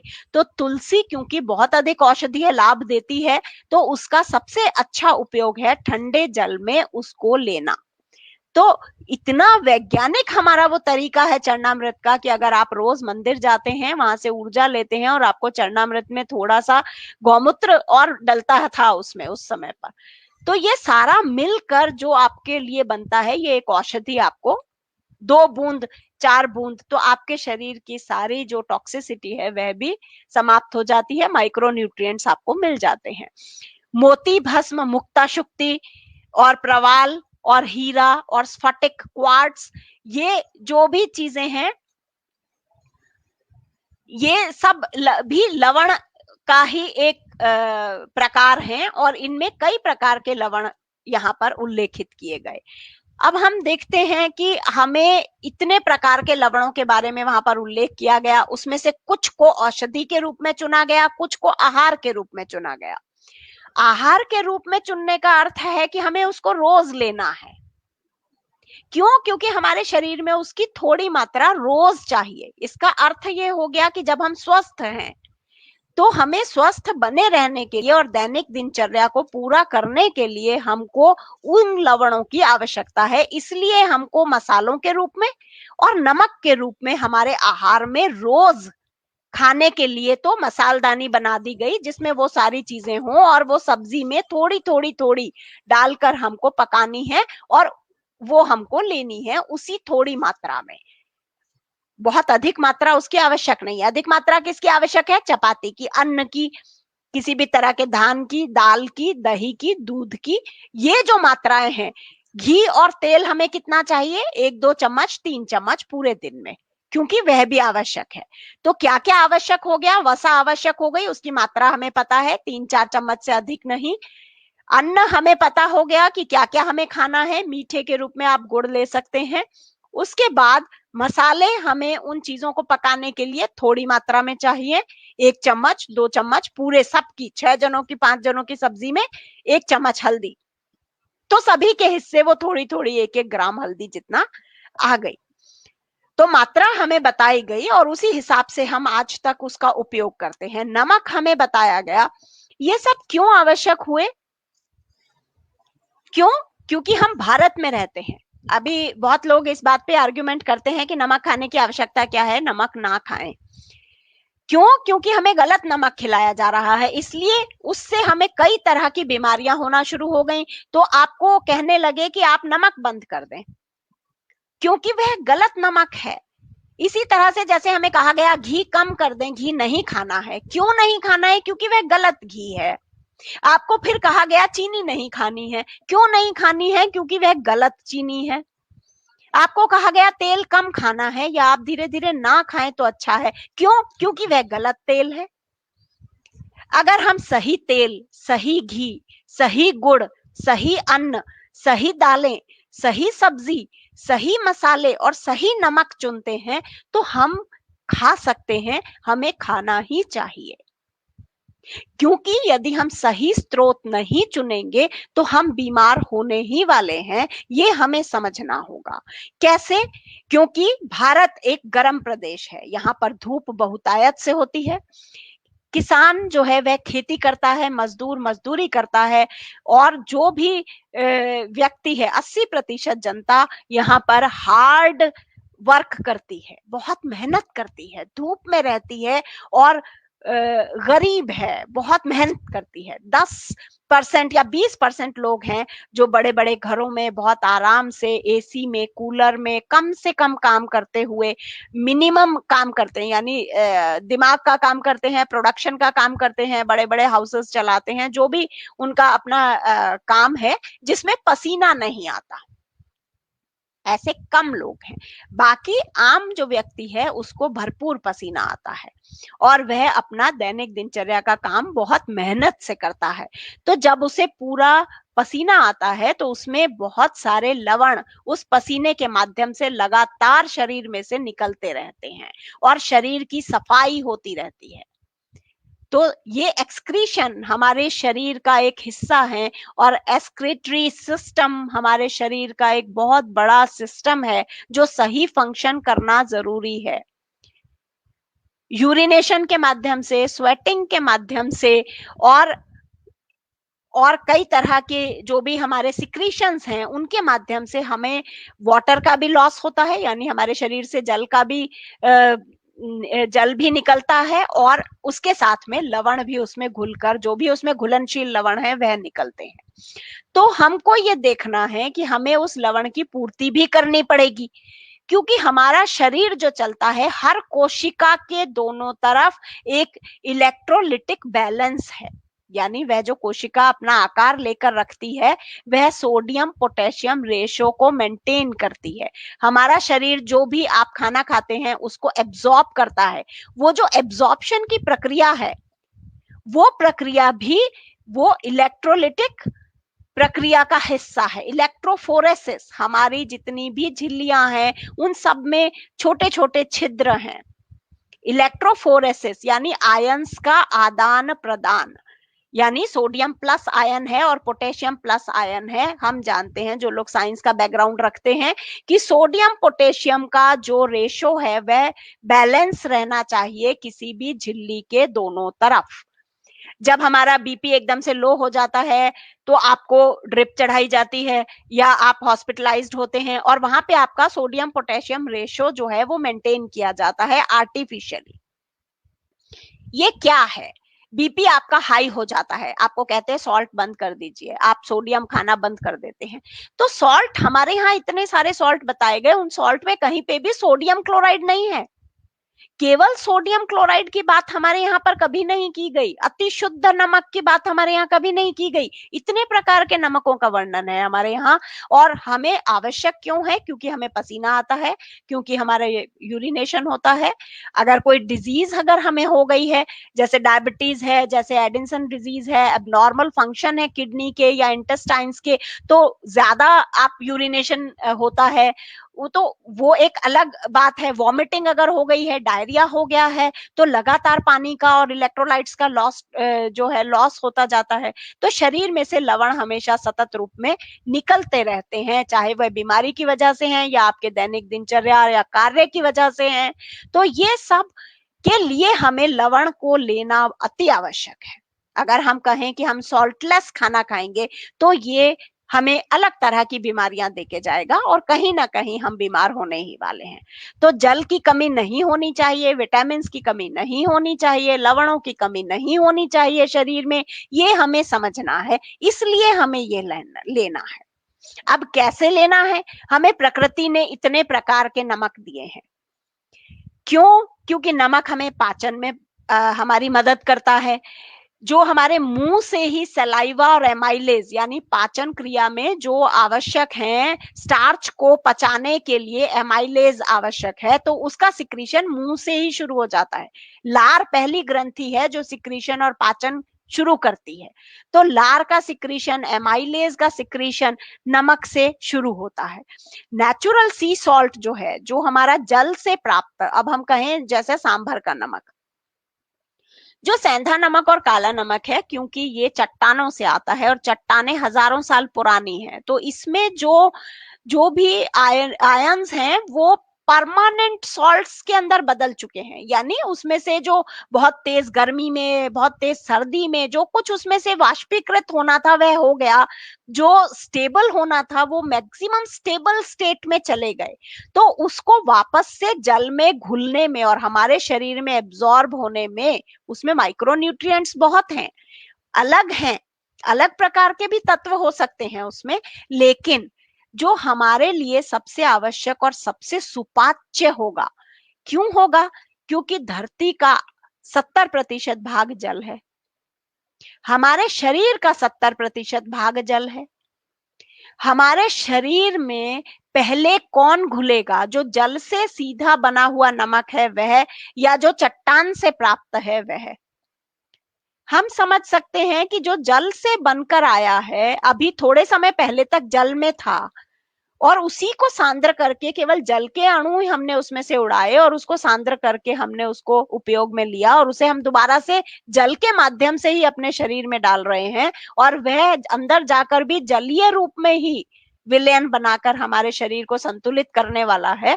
तो सबसे अधिक सुपाच्य, और इसीलिए हम देखते हैं कि हमारे घरों में मटकों में वह छोटे डले सांभर झील के या समुन्दर के नमक के रखे जाते हैं। वो तो हम आहार के रूप में खाते हैं, यानी जो रोज खाना है वो आहार के रूप में ये। और जो सेंधा, क्योंकि चट्टानें कितनी हैं, अगर सारा समस्त विश्व उस चट्टान के नमक को खाने लगेगा तो कितना समय में वो चट्टानें समाप्त हो जाएंगी और दोबारा कब बनेंगी? तो हम सीधे सीधे प्रकृति से समझ सकते हैं कि किसका कितना उपयोग।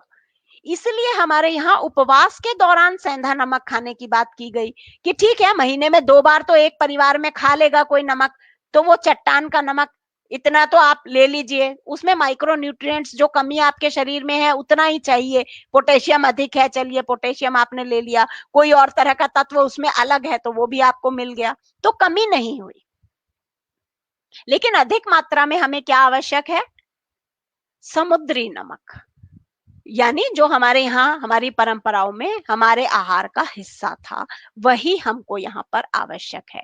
हम देखते हैं इलेक्ट्रोलाइटिक प्रॉपर्टीज जो है हमारी बॉडी की, कि जो जो जो नमक समुन्दर में बना है वह नमक प्रकृति ने बहुत लहरों के ऊपर जब हवाएं चलती हैं, पूरा मंथन होता है समुन्दर के अंदर उसका, और एक एक प्रकार का तत्व जो उसमें घुला हुआ है वह सभी उस क्रिस्टल के अंदर मौजूद होता है। और जब हम आकर उसको उसमें से वाटर हटाकर हम उसको क्रिस्टल फॉर्म में बनाते हैं तो उसमें 92 टाइप्स के ट्रेस एलिमेंट्स, यानी मैंगनीज, और वो आप देखिए हल्के सा गुलाबी रंग का होता है वह नमक, बिल्कुल बिल्कुल सफेद नहीं होता है, हल्का गुलाबी रंग का होता है। जो हम बाजार से लाते हैं अति शुद्ध नमक, जिसे आयोडाइज्ड नमक के नाम पे, फ्री फ्लो के नाम पे, हमें आगे हम देखेंगे कि कैसे प्योरीफाई करके हमें वो नमक हमारे सामने है। तो वो एक एक करके उसमें से ये सारे जो 92 टाइप्स के ट्रेस एलिमेंट्स, यानी पीरियोडिक टेबल में 105 जो तत्व हैं उनमें से जो मैक्सिमम सॉल्ट्स बनाते हैं वो सभी प्रकार के तत्व प्रकृति की तरफ से उसके अंदर घुलनशील थे और उसी का वो क्रिस्टल बना है, और वह हमारी बॉडी के लिए आवश्यक है। क्योंकि अगर उसमें मैंगनीज है तो हमारे शरीर के लिए चाहिए, अगर कैल्शियम है, उसमें जो भी और दूसरे आयंस हैं वो सभी हमारे शरीर के लिए आवश्यक है। अब हम देखते हैं जो जो इसमें जिस रूप में वो संरक्षित है, यानी आयोडीन जिस भी रूप में प्राकृतिक नमक में संरक्षित है, क्योंकि हम क्या कहते हैं सोडियम क्लोराइड, तो वहां पर कोई सोडियम क्लोराइड अकेला नहीं होता है, वहां पे उसका आयोडाइड भी होता है, उसका ब्रोमाइड भी होता है, उसके और दूसरे जो हैलाइड्स हैं वह भी वहां पर रहते हैं। तो ये केवल प्योर सोडियम क्लोराइड है क्योंकि वह अबंडेंस में है, वो बहुत आयत से है, तो हमने एक उसका जनरल नाम दे दिया सोडियम क्लोराइड।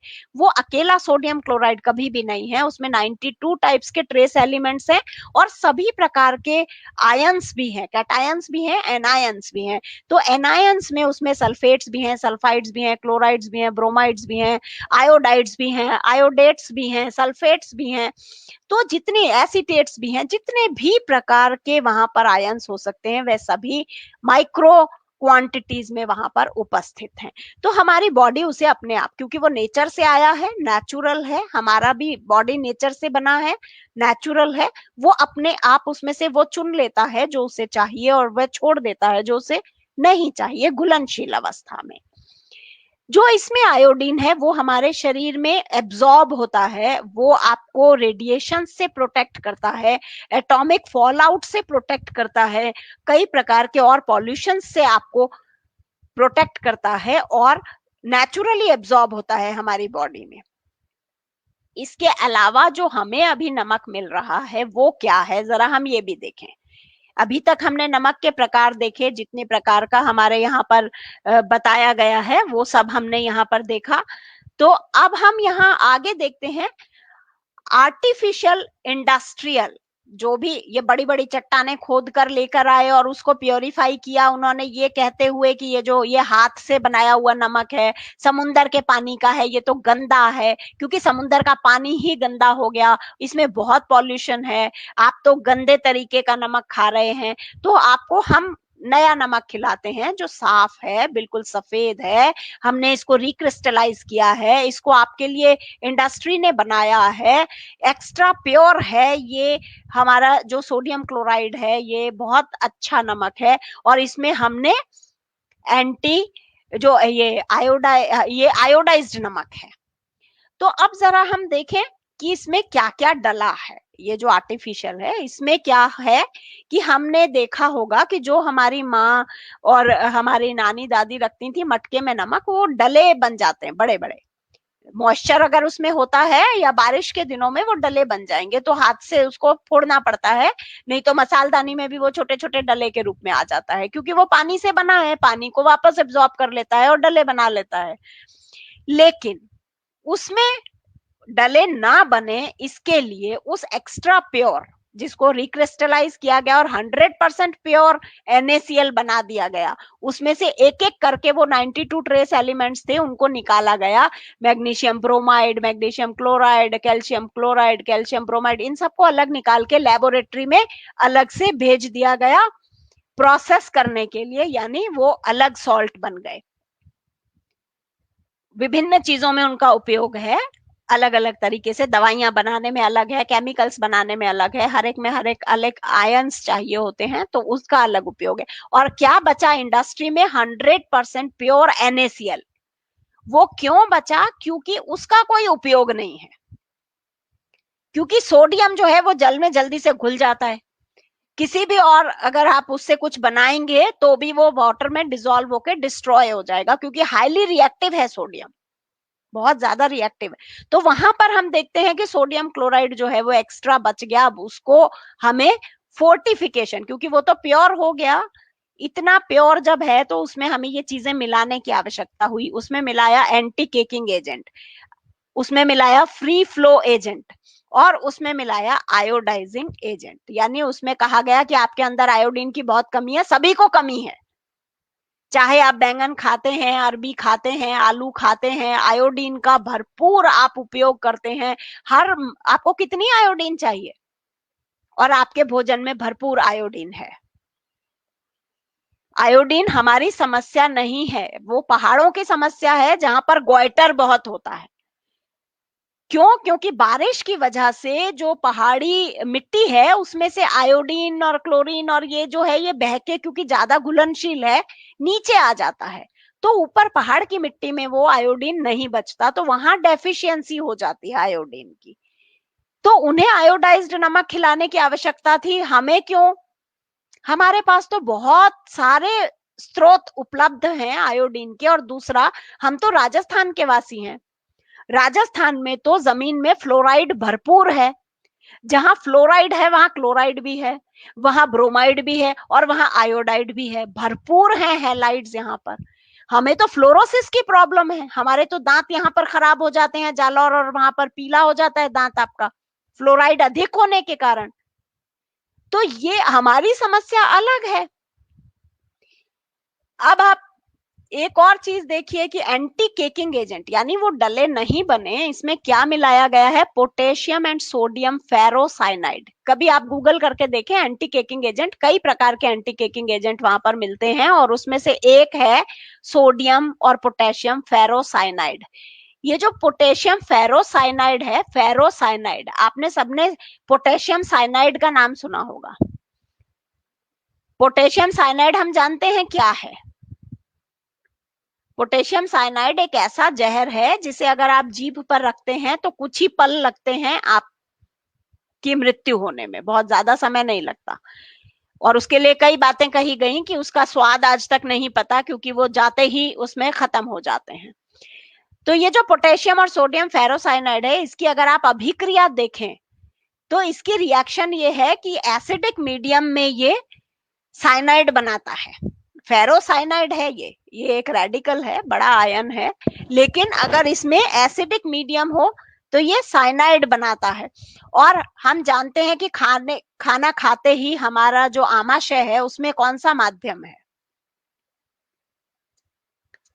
हमारे खाने को पचाने के लिए आमाशय में सबसे पहले एसिडिक मीडियम में ही हमारे प्रोटीन का पाचन होता है, और वहां पर पेप्सिन, ट्रिप्सिन और रेनिन, 3 तरह के एंजाइम्स उस एसिडिक मीडियम में ही काम करते हैं। बेसिक मीडियम तो आगे जाके आता है, जब ड्यूडिनम में वो जाता है, आगे चला जाता है, इंटेस्टाइन्स में, आंतों में जाता है आगे पचने के लिए, बाइल एसिड तब सिक्रीट होता है। तो आमाशय को छोड़कर जब जाता है तब बाइल बनता है, लेकिन उससे पहले तो आमाशय में एसिडिक मीडियम है। तो जब ये एंटी केकिंग एजेंट हमारे अंदर जाता होगा तो ये क्या अभिक्रिया देता होगा? लेकिन इंडस्ट्री को इससे कोई मतलब नहीं। दूसरा, free flow agent, magnesium carbonate, calcium silicate, ये हमें आर्टिफिशियली उसमें मिलाने पड़ रहे हैं। ये साफ ये बताते हैं कि उसमें ये नहीं है। अगर ये हमें बाहर से मिलाना पड़ रहा है, इसका मतलब है कि वो जो नमक है वो आर्टिफिशियल बनाया गया है, इंडस्ट्री में बना है, उसका जो रिफाइनमेंट किया गया है, वो कहीं से भी नेचुरल तो है नहीं। क्योंकि अगर मैग्नीशियम कार्बोनेट उसमें मिलाना पड़ रहा है, अगर कैल्शियम सिलिकेट मिलाना पड़ रहा है, अगर सोडियम सिलिकोसिलिकेट एल्यूमिनेट मिलाना पड़ रहा है और ट्राई कैल्शियम फॉस्फेट मिलाना पड़ रहा है, तो ये तो आर्टिफिशियली मिलाना पड़ रहा है ना हमें। उसके बाद हम बात करते हैं आयोडाइज्ड जो होने वाला आयोडाइजिंग एजेंट की, कि ये और बैन कर दिया गया है कि आयोडाइज्ड नमक के अलावा का नमक यहाँ पर मिलना बैन है। कानून बनवा के उसे रोक दिया गया। हमारे जो नमक हैं ये ऐसे आम उपलब्ध नहीं हो सकते। अब तो होने लगे, क्योंकि जब ये बातें चलने लगी तो लोगों को समझ भी आने लगा, लोग लेने भी लगे, और मार्केट में जिस भी चीज की डिमांड होती है, ये हमें समझने की आवश्यकता इसीलिए हम 10 दुकानों पे जाएं और सही चीज को मांगे। उसके पास नहीं है कोई बात नहीं, उससे कहें कि मांग आप हमें ला के दीजिए, ये उसका दायित्व है, वो दुनिया में कहीं से भी ढूंढ के लाएगा। अगर आप मांगेंगे एक ही दुकान पे 10 बार जाके मांगेंगे, 50 बार जाके मांगेंगे, 50 दुकानों पे। एक व्यक्ति था, उसका यही काम था, उसे लेना कुछ नहीं था, लेकिन वो हर दुकान पे जाके पूछता था, तिल का तेल है, सरसों का तेल है, आपके पास ये वाला घी है, आपके पास ये वाला नमक है? वो कहता नहीं है। कहता ठीक है, आप मंगवा के रखना, मैं आऊंगा। तो रोज उसका ये काम था कि वो 50 दुकानों पे जाके वो ऐसे पूछता था। धीरे धीरे धीरे उन्हें लगा कि इसकी तो बहुत डिमांड आती है, ये चीज हमारे पास होनी चाहिए। तो डिमांड हम करेंगे तो बाजार उस तरफ जाएगा, वही उगाएगा, वही लाएगा और वही उपलब्ध भी कराएगा, लेकिन मांगना हमें पड़ेगा। एडवर्टाइजमेंट के माध्यम से हमारे दिमागों को बदलने की पूरी कोशिश की गई, बहुत अच्छे से की गई, हमने बहुत सहयोग किया उनका, और हम आसानी से बदलते चले गए, हमारी विरासत को एक तरफ रखते हुए, पूरी तरह से उसको भूल कर, जैसे हमने कभी कुछ सुना ही नहीं था, जैसे हमने कभी कुछ देखा ही नहीं था, जैसे हमें कोई बताने वाला कभी था ही नहीं। जो भी हमें बताया जा रहा है वो हम आज ही सुन रहे हैं, अभी सुन रहे हैं। हमारा इतना ज्ञानवर्धन हो गया, हमने तो पता नहीं क्या खजाना पा लिया। हमारे घर में सब मूर्ख थे, हमारे पुराने लोगों को कुछ पता ही नहीं था, केवल हम समझदार हुए हैं। इस मन से हम लोग तैयार होकर उस बाजार का पूर्ण समर्पण, वो नमक कितना भी महंगा हो, 42 रुपए किलो भी वो नमक दे रहा है, और ये बेचारा जो हमारा देसी नमक है ये 50 पैसे किलो। लेकिन ये हमें नहीं चाहिए, हम वो 50 रुपए 100 रुपए किलो। अभी एक नया तरह से नमक उन्होंने कोई कॉम्बिनेशन बना के, पता चला कि सेंधा नमक और ऐसा नमक अच्छा है, तो वो 3 तरह के ब्लेंड करके एक और नया नमक आ गया कि वो नमक आप खाइए, वो बहुत अच्छा है। तो ये सब भ्रमित करने वाले, क्योंकि बाजार का तो अपनी मंशा है, उसके अपने लक्ष्य हैं, अपने मुनाफे हैं, अपना उसका एक व्यापार है, वो एक अलग बात है। हमारा फोकस एक उपभोक्ता के रूप में, एक जागरूक नागरिक के रूप में, एक समझदार व्यक्ति के रूप में, चीजों को स्वयं क्रिटिकली एनालाइज करके, पढ़ के, समझ के, उसके बाद अपने स्वास्थ्य के लिए स्वयं अपनाने के लिए, किसी के दबाव में नहीं, किसी के कहने से नहीं, अपना एक मौलिक चिंतन, अपना एक मौलिक अध्ययन अगर हम कर सकें, और अगर हम नहीं कर सकें तो सीधा सीधा जो हमारे बुजुर्ग करते थे, जो हमारे पूर्वज करते थे, बिना किसी तर्क के, वितर्क के, क्योंकि आहार विज्ञान में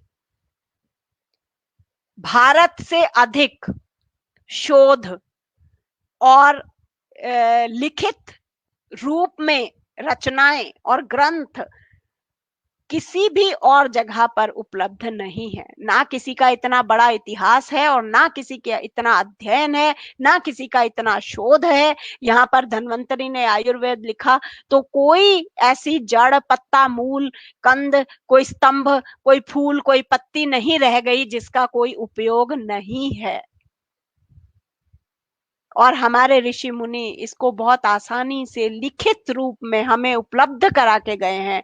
हमें अगर नहीं पढ़ना आता तो हम ना पढ़ें, कम से कम हम इनका सम्मान करें। तो आयोडाइज्ड जो एजेंट, इसमें आयोडाइजिंग एजेंट डाला गया है पोटेशियम आयोडेट।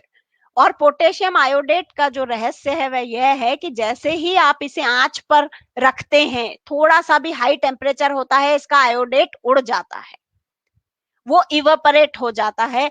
और हमारे यहाँ पर भोजन में नमक हम डालते हैं, हमारी दाल बनती है तो डालते हैं, सब्जी बनती है तो उस पे आंच तो होती ही है, तो हाई टेम्परेचर पर तो नमक पकता ही है। हमारे यहाँ बहुत कम ऐसा होता है कि हमने, हालांकि ये करना चाहिए, हमें दूसरी तरह के भी जो नमक हम उपयोग में लाएं, उसे हम ठंडे नमक में, मतलब सलाद में, या हम बाद में मिलाएं। गरम करते समय हम नमक को कम से कम मिलाएं, हम बाद में उसके ऊपर थोड़ा नमक डालें ठंडे में, तो हमें ज्यादा लाभ होगा।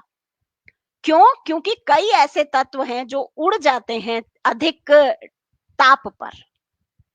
तो ये जो आयोडेट, इसमें कहा गया कि आयोडाइजिंग एजेंट हमने इसमें मिलाया है, वो आयोडेट तो हमें नहीं मिला हमारे भोजन में, क्योंकि वो तो पहली बार में ही उड़ गया। जैसे ही आपने चपाती में डाला है, अगर आपने आटे में डाला है, या आपने सब्जी में, या किसी में भी दाल में डाला है, तो वो तो सबसे पहले आयोडेट उड़ेगा, क्योंकि वो सबसे कम स्थायी है।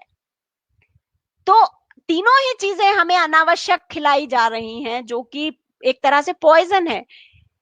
अब इसके बाद अगर हम देखते हैं NaCl, जो प्योर NaCl है, ये लोगों ने अपनाया भी और आके बताया भी, और बहुत सारे ब्लड प्रेशर के मरीज केवल नमक बदलने से उनका बीपी और बीपी की गोली हट गई। क्योंकि जब आप 100% प्योर NaCl ले रहे हैं तो आपका मेटाबॉलिज्म चेंज होना ही है, क्योंकि आपने 1 चम्मच NaCl, अगर नमक हमने डाला है, एक जो हमारा नमक है, उस 1 चम्मच में 92 ट्रेस एलिमेंट्स हैं, तो NaCl की मात्रा अपने आप कम हो गई, और बाकी माइक्रो न्यूट्रिएंट्स उसमें आ गए जो हमारे शरीर के लिए आवश्यक हैं और हमें सहयोग करेंगे चयापचय में, मेटाबॉलिज्म में, और दूसरे तत्वों की पूर्ति में। लेकिन अगर हमने 100% NaCl ले लिया तो बाकी तत्व तो है नहीं, और सोडियम क्लोराइड उसमें इतना ज्यादा है, तो डॉक्टर को तो कहना ही पड़ेगा कि आप नमक कम खाएं, क्योंकि वो प्राकृतिक ही नहीं है। और उसमें इतने मॉलिक्यूल्स हार्मफुल हैं जो आपको कई प्रकार की बीमारियां देकर जाने वाले हैं।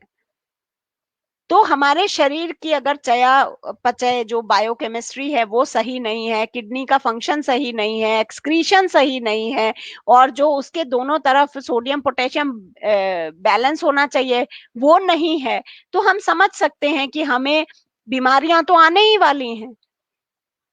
तो हमें ये समझना है कि जो भी स्रोत हैं हमारे भोजन के, बहुत अधिक अवयवों पर हम बात नहीं करते, लेकिन ये जो 6 अवयव हमारे भोजन के हैं, वसा क्या हो, जो हमारा प्रोटीन है वो किस प्रकार से हो, जो कार्बोहाइड्रेट्स हैं उसके स्रोत क्या हो, विटामिन क्या हो, लवण क्या हो, और जल कैसा हो, तो ये सब हमको समझने की आवश्यकता है। मैं समझती हूँ कि आपको समझ में आया होगा। इसमें लास्ट में हम नेक्स्ट सारांश के लिए स्लाइड, जाएंगे। हाँ सारांश के बिल्कुल लिए मैम। हम फिर आएंगे, उससे पहले प्रश्न ले लेते हैं। ठीक है मैम, बिल्कुल। जी मैम, अधिकतम तो बधाई संदेश है आज के टाइम, आज के इस व्याख्यान के लिए, कि सभी को ये व्याख्यान बहुत ही पसंद आया और बहुत ही महत्वपूर्ण जानकारी थी आज के संपूर्ण व्याख्यान में। तो इसके लिए मैं तो आपका बहुत बहुत आभार एवं धन्यवाद। और कुछ प्रश्न हैं, जिन प्रश्नों को भी हम साथ साथ ले लेते हैं। तो मैम, एक प्रश्न है यहाँ पर, और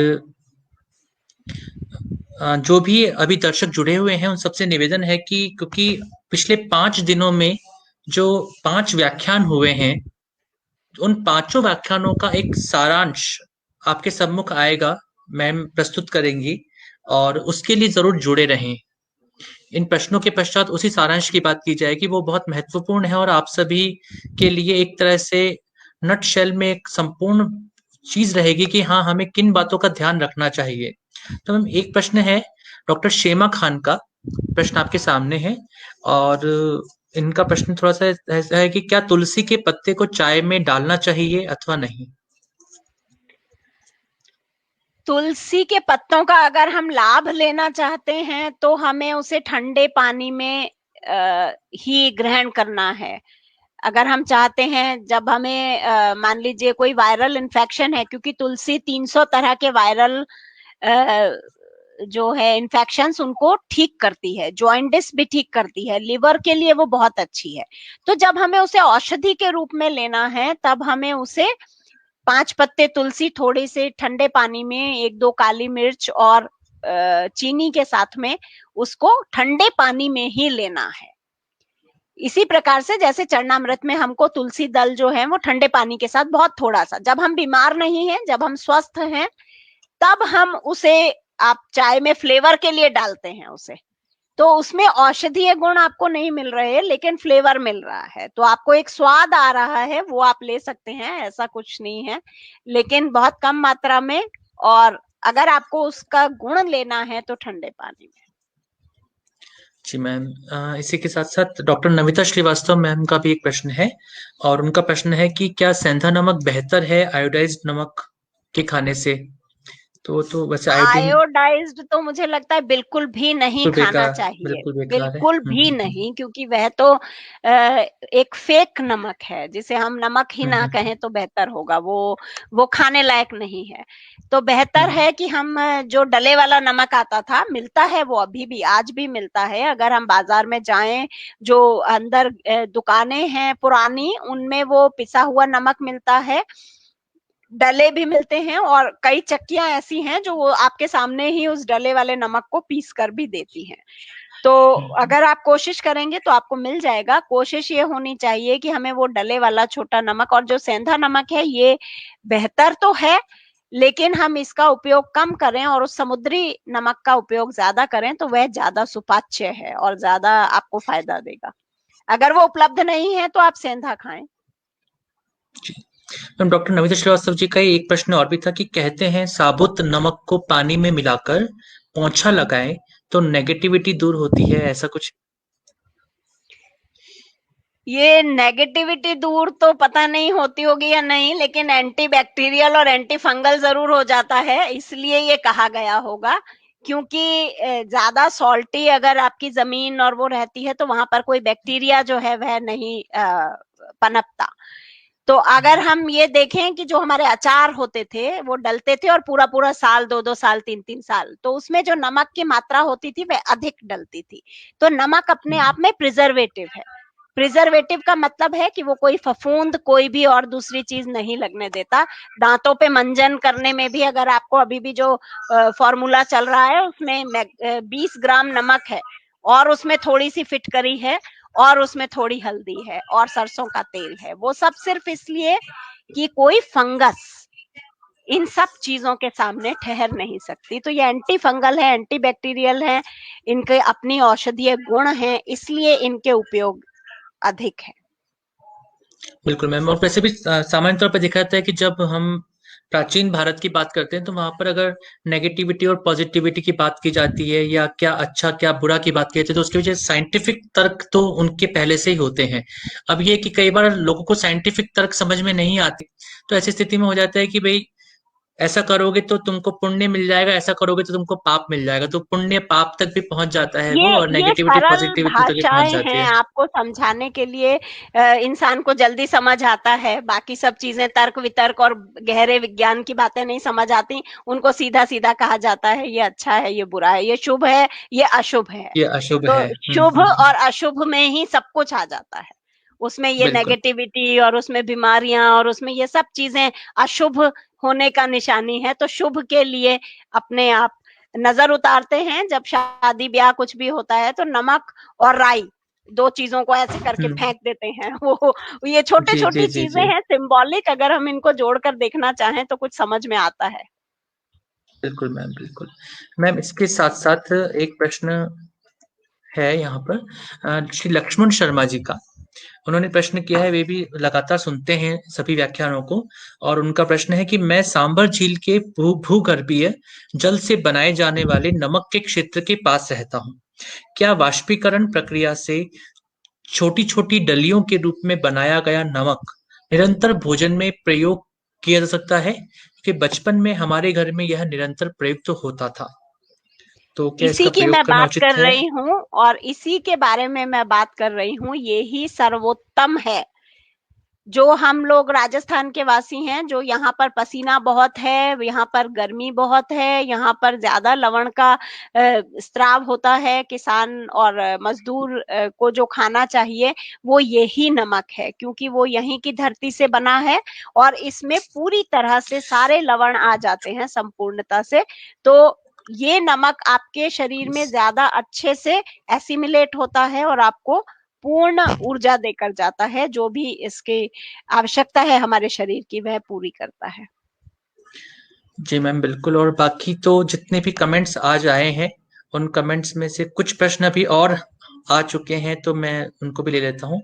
इसमें मैम एक प्रश्न है, मैं नाम नहीं देख पा रहा हूँ कि किसका प्रश्न है, मैं ट्राई करता हूँ। लेकिन प्रश्न ये है कि सौंफ के साथ तिल किस प्रकार का प्रयोग करें, कच्चा या भुना हुआ? तिल जो है वो सेकने के बाद ज्यादा गुणकारी हो जाता है। तो तिल को चटका कर जब हम काम में लेते हैं, इसी तरह से सौंफ को भी, तो अलग अलग दोनों को सेक लें और हल्का सा हल्दी और थोड़ा सा नमक के छींटे दोनों को पानी में घोलकर आप ऐसा कर सकते हैं, मुखवास बना सकते हैं। जो सौंफ और तिल दोनों को मिक्स करके उसके ऊपर हल्दी और नमक के पानी के थोड़े से छींटे देके और तवे पर या कढ़ाई में सेक लें, वो ज्यादा गुण करता है और लंबा रह सकता है। उसमें जो स्मेल बदलती है या कीड़ा नहीं लगता, आप इसे कितना भी लंबा रख सकते हैं।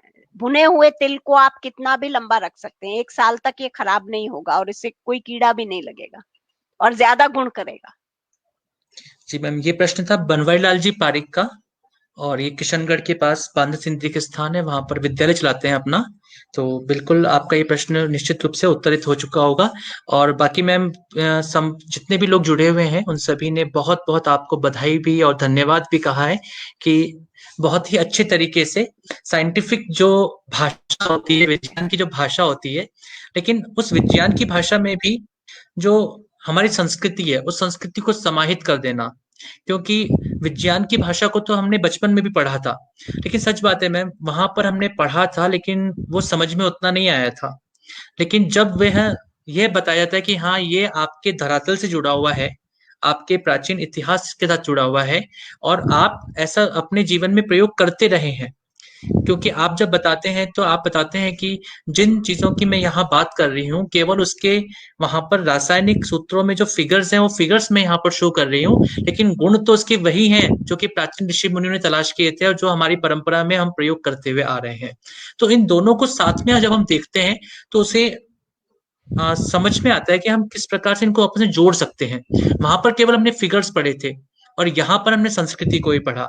तो संस्कृति और फिगर्स जब एक साथ जुड़ जाते हैं तो वास्तविक विज्ञान बनता है, और ऐसे ही विज्ञान की आज के जीवन में आवश्यकता भी है और तलाश भी है। तो इसलिए मैम आपका बहुत बहुत आभार और धन्यवाद। और अब वह समय आ गया है जिस समय की हमें प्रतीक्षा है कि जो ये 5 व्याख्यान हुए थे, इन 5 व्याख्यानों में से सार तत्व के रूप में हम क्या ग्रहण करना चाहते हैं या क्या ग्रहण हमें करना चाहिए, तो वो जो सारांश के रूप में आप जो बताना चाहते हैं वह एक बार हमें बताने का आप प्रयास करें मैम।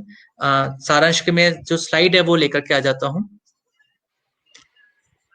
यहाँ जो लोग पहले से जुड़े हैं वे तो जानते हैं, जो नए लोग हैं जुड़े हैं उन्हें थोड़ा सा भाग 1 में हमने तेलों के बारे में बात की थी, और उसमें हमने देखा था कि तिल, मूंगफली, सरसों और नारियल, क्योंकि ये हमारे यहाँ पर बहुतायत से होते रहे हैं, वर्षों से, हजारों वर्षों से हमारे यहाँ की खेती रहे हैं, और ये इसलिए कि ये तिलहन है, इसलिए कि नारियल में 75% तेल है, तिल, मूंगफली, सरसों में 50% तेल है, सिंपल घानी से ये निकल आता है, और इन सभी को हम कच्चा भी खा सकते हैं।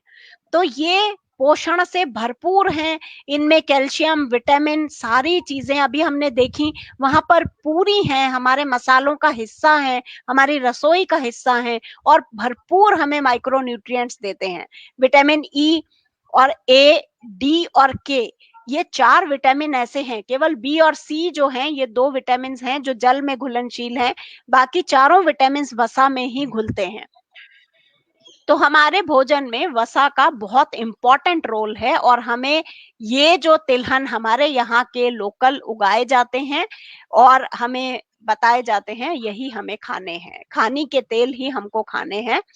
जो हमें अभी खिलाया जा रहा है उसे भी हम एक बार देख लें गलत क्या है। Soybean, sunflower, Saffola, rice bran, ये सभी सॉल्वेंट एक्सट्रैक्शन से निकाले जाते हैं तेल। राइस ब्रान चावल की भूसी है, तो चावल की भूसी में कितना तेल है हम समझ सकते हैं। हमने उसे खाद्यान्न का हिस्सा बनाया है, और मोटे चावल यानी कूट कर हाथ से, और उसका ब्रान उसी पर रहे और हम उस ब्रान को पूरा खा लेते हैं।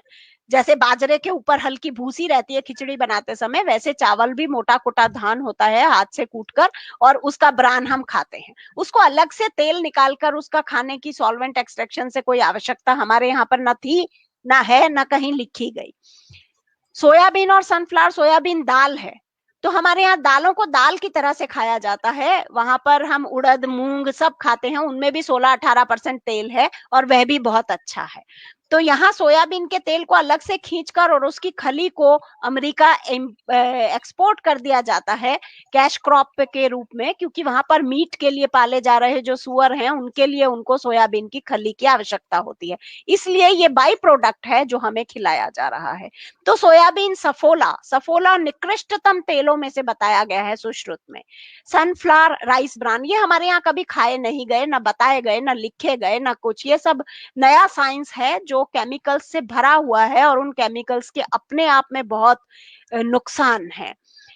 दूध अगर हम बात करें तो हमारे यहाँ जो देसी गायें अलग अलग तरह से, हमने उसकी भी बात की थी दूसरे भाग में, दूध और घी की बात हमने की थी, और उसमें हमने देखा था कि सोर्स कितना इंपॉर्टेंट है। अभी दूध में लैक्टोज इंटॉलरेंस बताया जा रहा है, घी को कहा जा रहा है मत खाइए क्योंकि गलत स्रोत है, क्योंकि डालडा घी है, क्योंकि सोयाबीन के तेल को हाइड्रोजिनेट करके डालडा बनाया गया, और बेकरी जो है वो पूरी की पूरी या तो डालडा में बन रही है या तो पाम ऑयल में बन रही है।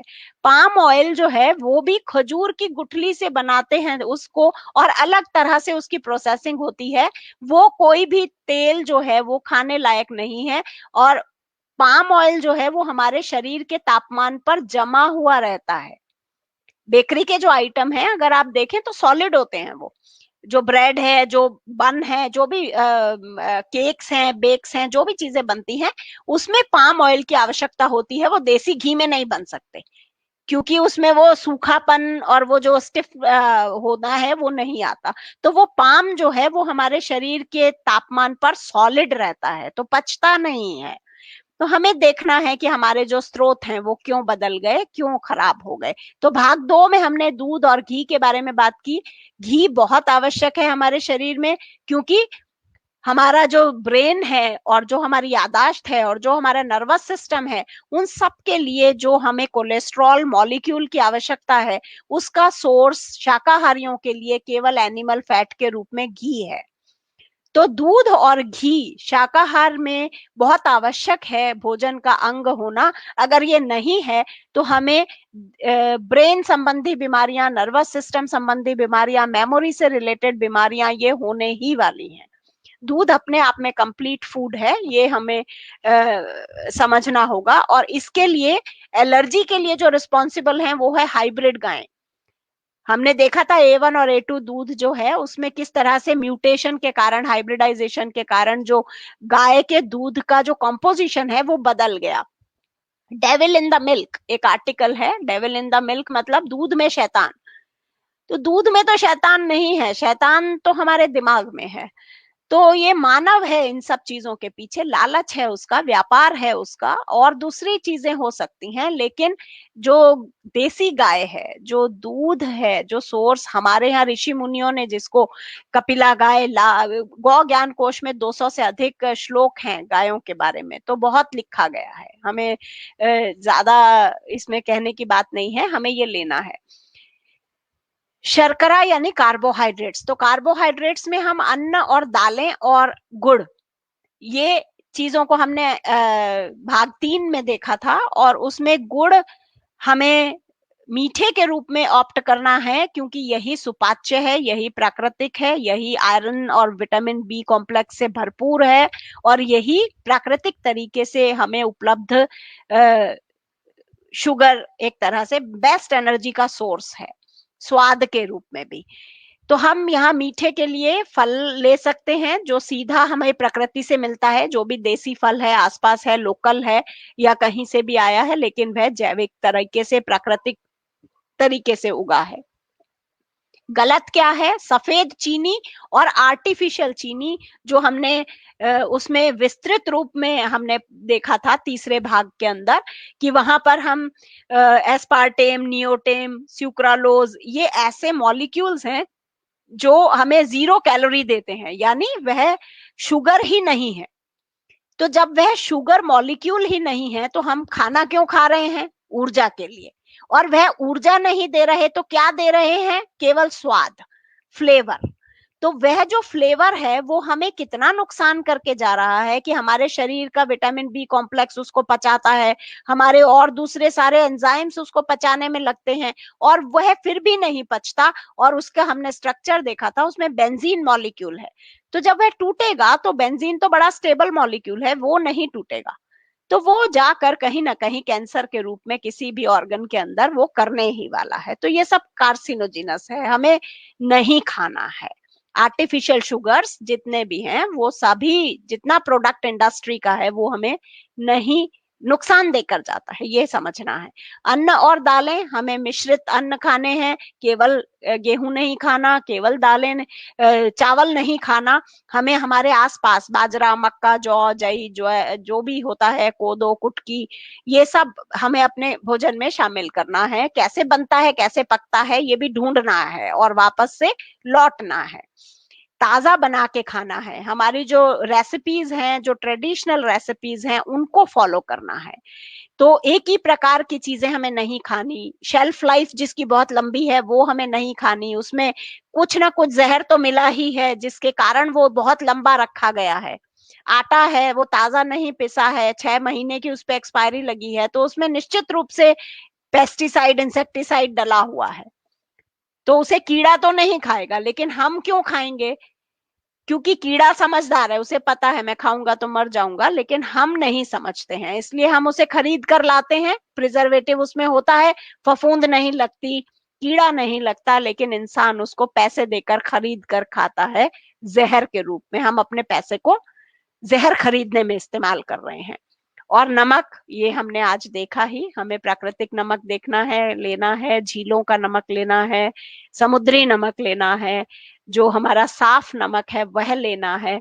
हमें फोर्टिफाइड यानी एंटी केकिंग, आयोडाइज्ड और कई केमिकल्स मिले हुए नमक नहीं लेने हैं।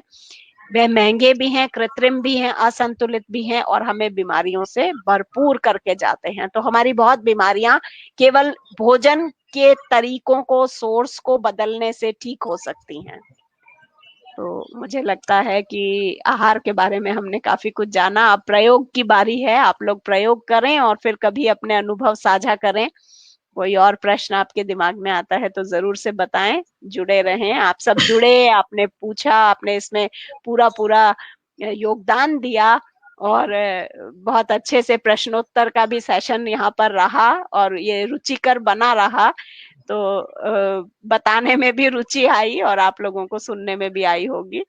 बहुत बहुत आभार एक बार और मैं आशुतोष जी का करना चाहूंगी कि जिन्होंने इस मंच पे आप सभी से जुड़ने का एक मुझे मौका प्रदान किया। धन्यवाद।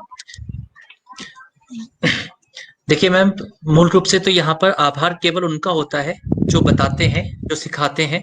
तो सिखाने वाले गुरु के रूप में आप विद्यमान थे, इसलिए आभार आप ही का है। और सबसे बड़ी बात यह है कि यहाँ पर जो कुछ आप सिखा रहे हैं, जो कुछ बता रहे हैं, वह केवल और केवल किताबी ज्ञान नहीं है। आपने स्वयं उसका प्रयोग किया है और आप लंबे समय से उसका प्रयोग और अभ्यास करते हुए आए हैं और लगातार लोगों को उसके बारे में शिक्षित करते हुए आए हैं। उसका जो अनुभव है, वो अनुभव इस समय पर बोल रहा था, जो कि सीधे हम सबके हृदय तक पहुंच रहा था।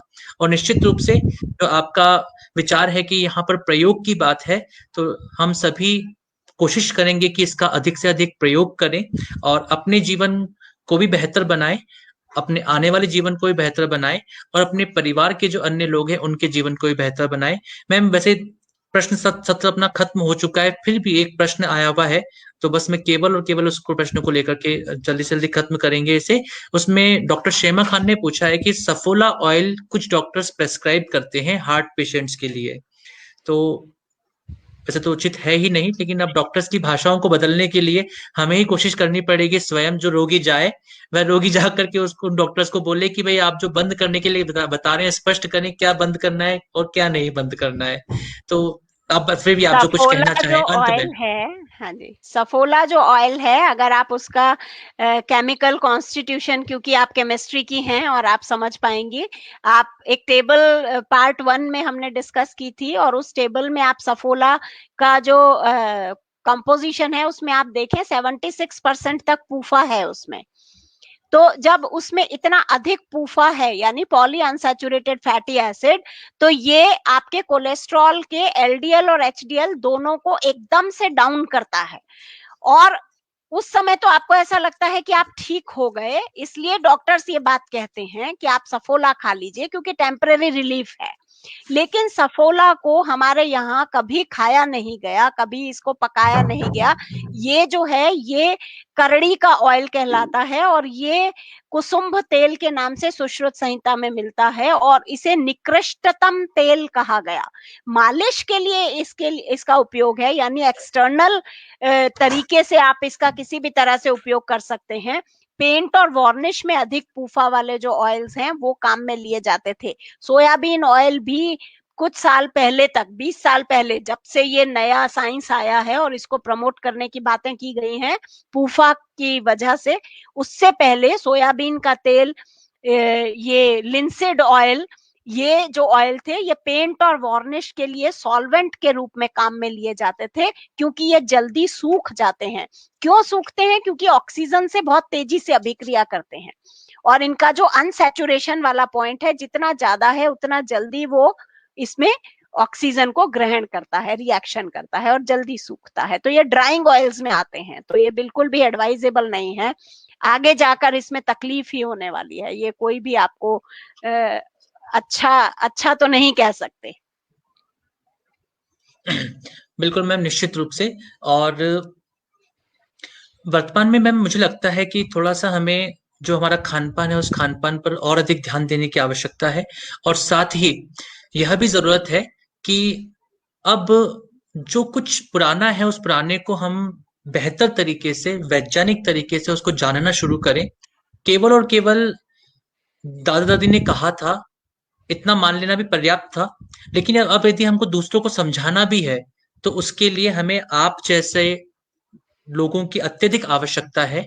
तो आप जैसे लोग भारतीय संस्कृति के जो खजाना है, जो उसमें खान-पान के जो तरीके हैं, उन तरीके की उन वैज्ञानिकताओं को अधिक से अधिक लोगों तक पहुँचाएँ।